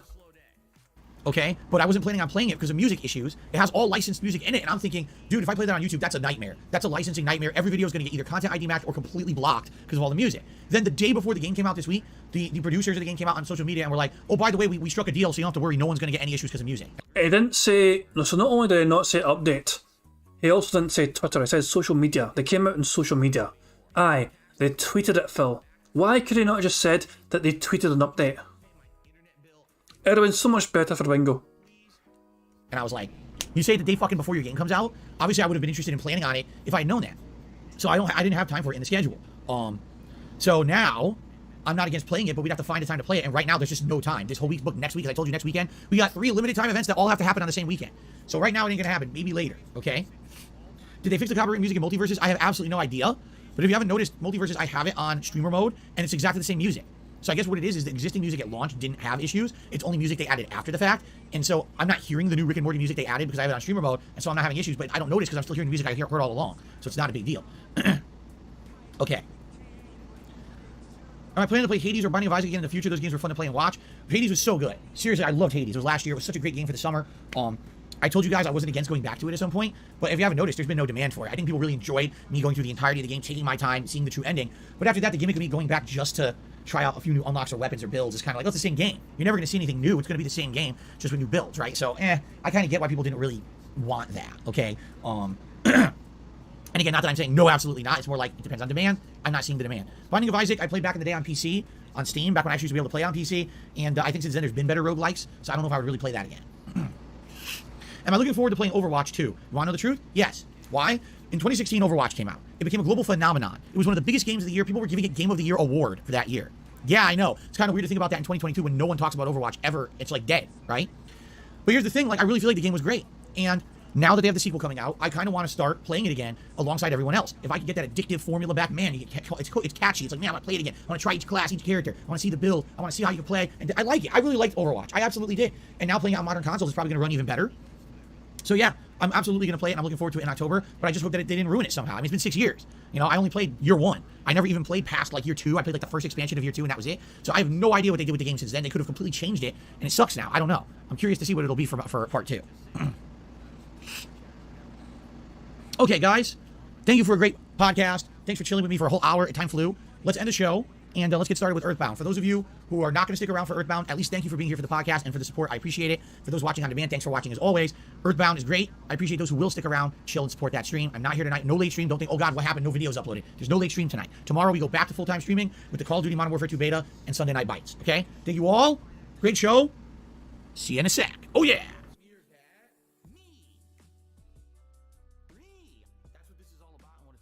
All right. As you stare at disturbing cartoon Phil, I'll swap over. I do have to pee today. I'm very sorry about that. I know that when I use the restroom, people get very upset with me because how dare I step away from my setup for more than 10 seconds at a time. Very concerning and very upsetting. But I do have to pee. I think I would rather pee than not and feel pain in my bladder and have all kinds of issues, urinary tract issues. So I am going to take a brief break to use the restroom before we boot up Earthbound today, okay? I'm very sincerely sorry about this. But I shall return in just a few minutes for Earthbound gameplay. We're actually going to be... We're back in Threed now? No, we have to finish up what we were doing, go back to Threed, and then we're going to head to the desert, and the desert is its own kind of mini area of the game before you head to the next major town. I think we'll get to Fourside today, but we do have some stuff we have to do in the desert first, which will be kind of exciting. All right, guys, I'll be back shortly. Thanks. Excuse me. All right, let's take a brief break, just a few minutes. I won't even run an ad, even though it would help, because I'm only doing one stream today. Let's just take a brief break. Let me use the restroom, and I'll be right back. Thanks. Okay, guys, so Phil, as you heard, is not running any ads. I'm just going to spam the right arrow button until Phil comes back. So don't mind me just spamming the shit out the right arrow button until Phil gets his fucking greasy ass back in his little chair to continue the stream. It's not looking good though for a bingo, I'm not going to lie. We've only had the one bingo, haven't we? Yeah, we've only had the one bingo, which is a diagonal line. We have been quite unlucky with the placement of these things. You know, they kind of spread out a wee bit, you know. Like, basically, any single one would almost unlock another bingo. The fourth row, if necessarily is actually the only one, I think, and update, would be the ones that stop another bingo happening. We've been very unlucky though, which is annoying as hell.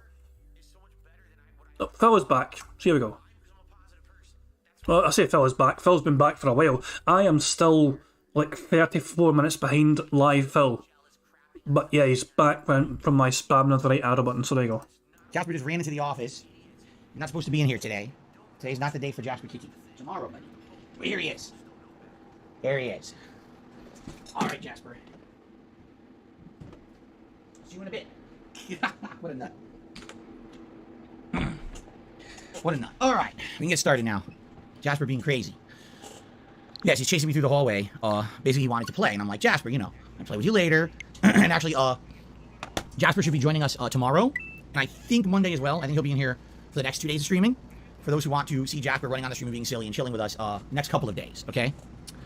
All right, let's do this. Oh my god, that's absolutely disgusting. I'm very sorry about that, everybody.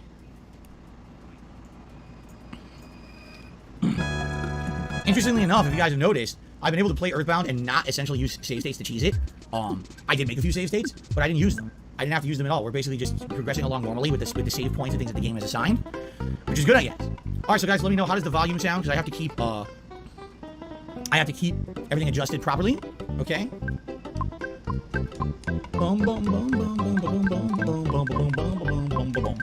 So let's see how it sounds. You guys let me know and then we'll start. Someone named Mike says, why did I lie when someone correctly guessed that I adopted a cat? Well, because number one, I'm not beholden to anyone. I don't have to tell you everything about my private life at all. It's none of your business. So if I want to say, oh, I did or didn't do something, and it's private, it has nothing to do with my streams, I can answer however I want. It's my prerogative. In addition, because I have scumbags on the internet who try to do fucked up stuff, and I figured unless I was ready to reveal that Jasper was part of our family and everything was aligned and safe, I didn't feel like it was ready to do so yet. Guys, you gotta understand, Phil's had to lie to his audience so he could protect his family, and also so he could fucking cash in and get $2,000 for sharing the news that some people already knew that he had a fucking cat.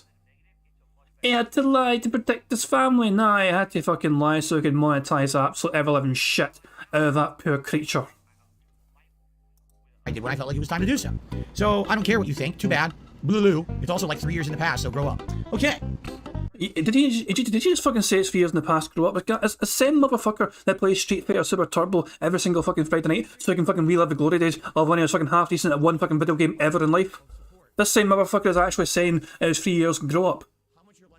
Well, fucking Evo fucking 2000 was 2005. You're fucking 4th place at Evo. Grow the fuck up and just get on with the fucking life.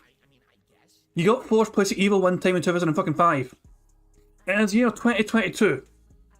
Video games have moved on so much since then. So much Street Fighter. You need to move on too. Guitar Player 1939 did a $13 tip. Thank you very much, Guitar Player. With that, we are starting off today at the $50 tip level before we even started playing the game. It means it's going to glass this time, so thank you very much for that. By the way, good to see you, Guitar Player. Welcome.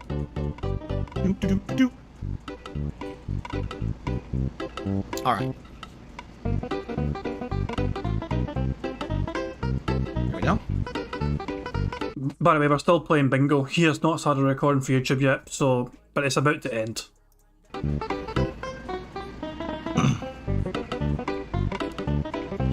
Was there always a village of Mr. Saturn's Phil? What do you mean no super vibes? Well, it's not new. This is the original game. They didn't change it, so yes. I'm not sure what the question means. Okay. The Villain is Super Jace's favorite Rocky movie growing up. 4. The Ivan Drago one. Why? Because it was on TV a ridiculous amount when I was a kid. All the time. For some odd reason. It was always on like HBO and other channels, and I watched the shit out of that one. I actually think I've seen Rocky 4. I think I've seen that more than any of the other Rocky movies. Seriously. Okay. Oh, yes. No Sleeper Lives. There's always been a Mr. Saturn Village, and there's always a ton of these guys. Yes. Okay, let's start. Alright, guys. What's up? Welcome. He has officially started recording for YouTube, which means that it's the end of DSP Bingo for today. Sadly, not a great card in terms of getting things ticked off the board.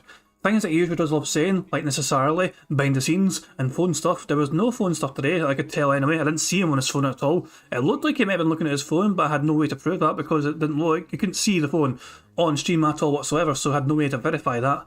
Things that you usually think is going to happen did not happen today. Phil had no fucking news segment prepared, so he had no need to use his phone to check Twitter to check that news segment. Things, he said social media instead of Twitter. And yeah, there's a lot of things that could have happened today, which normally he would say but didn't say. So, there you fucking go. It is annoying, but it's just one of those things, as I said, it's just random luck.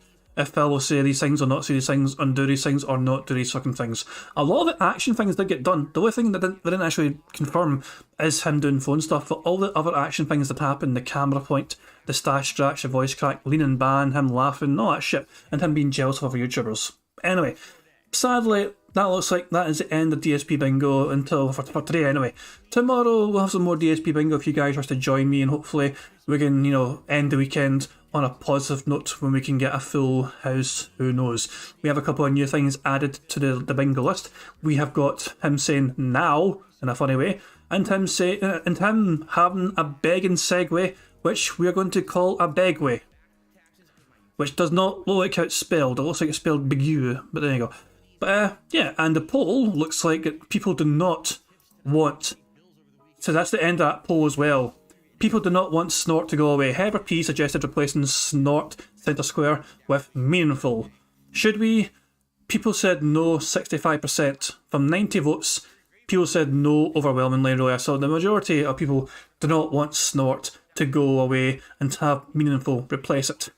Although we might bring back meaningful to. I don't want to. Not right now. I'm not bringing back meaningful right now. Maybe in future, but not right now, because fuck that cursed word. I refuse to fucking give in to meaningful. And for now, I'm just going to say no for now. At least for the rest of September. In October I might bring it back, who knows. Anyway, I'm going to end things there, guys. Thank you very much for joining me. I do appreciate your time. I do appreciate people keeping me right in the chat as well for things I sometimes potentially miss, But we did what we could for the bingo card, but sadly we couldn't get a full house. But maybe tomorrow we'll be able to get one.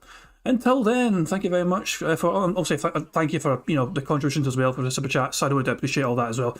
You guys are way too kind. But for now, let's just enjoy some notorious PIG contributions. A video made by the excellent Pixar Animations. And yeah, I guess I'll check you guys out tomorrow for some more bingo if you wish to join me. So until then, enjoy the rest of your Saturday. Have a good one. Peace out. On September 14th, a pre-authorized payment of $16.51 from PayPal.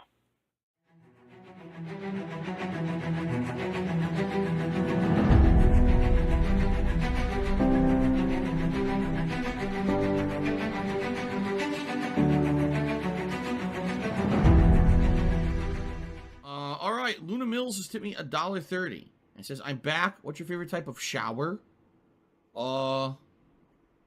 When you're showered in money. When you go outside, and all of a sudden, greenbacks start falling from the sky, and you raise your face up. You're like, oh, you start dancing. You go, oh, money, money, yeah, yeah.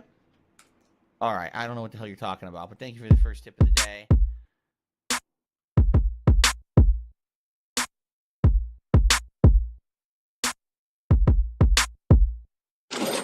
Money, money, yeah, yeah. Money, money, oh, money, money. yeah. Money, money. Money, money, yeah, yeah. Money, money. Oh, money, money, yeah, yeah. These contributions are mandatory. Money, money, yeah, yeah. Money, money. Oh, money, money, yeah, yeah. Money, money. Money, money, yeah, yeah. Money, money. Oh, money, money, yeah, yeah. These contributions are mandatory.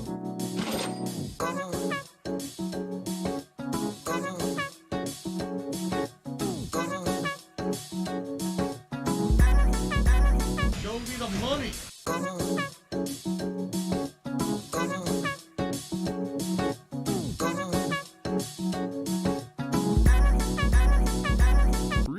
Money, money, yeah, yeah.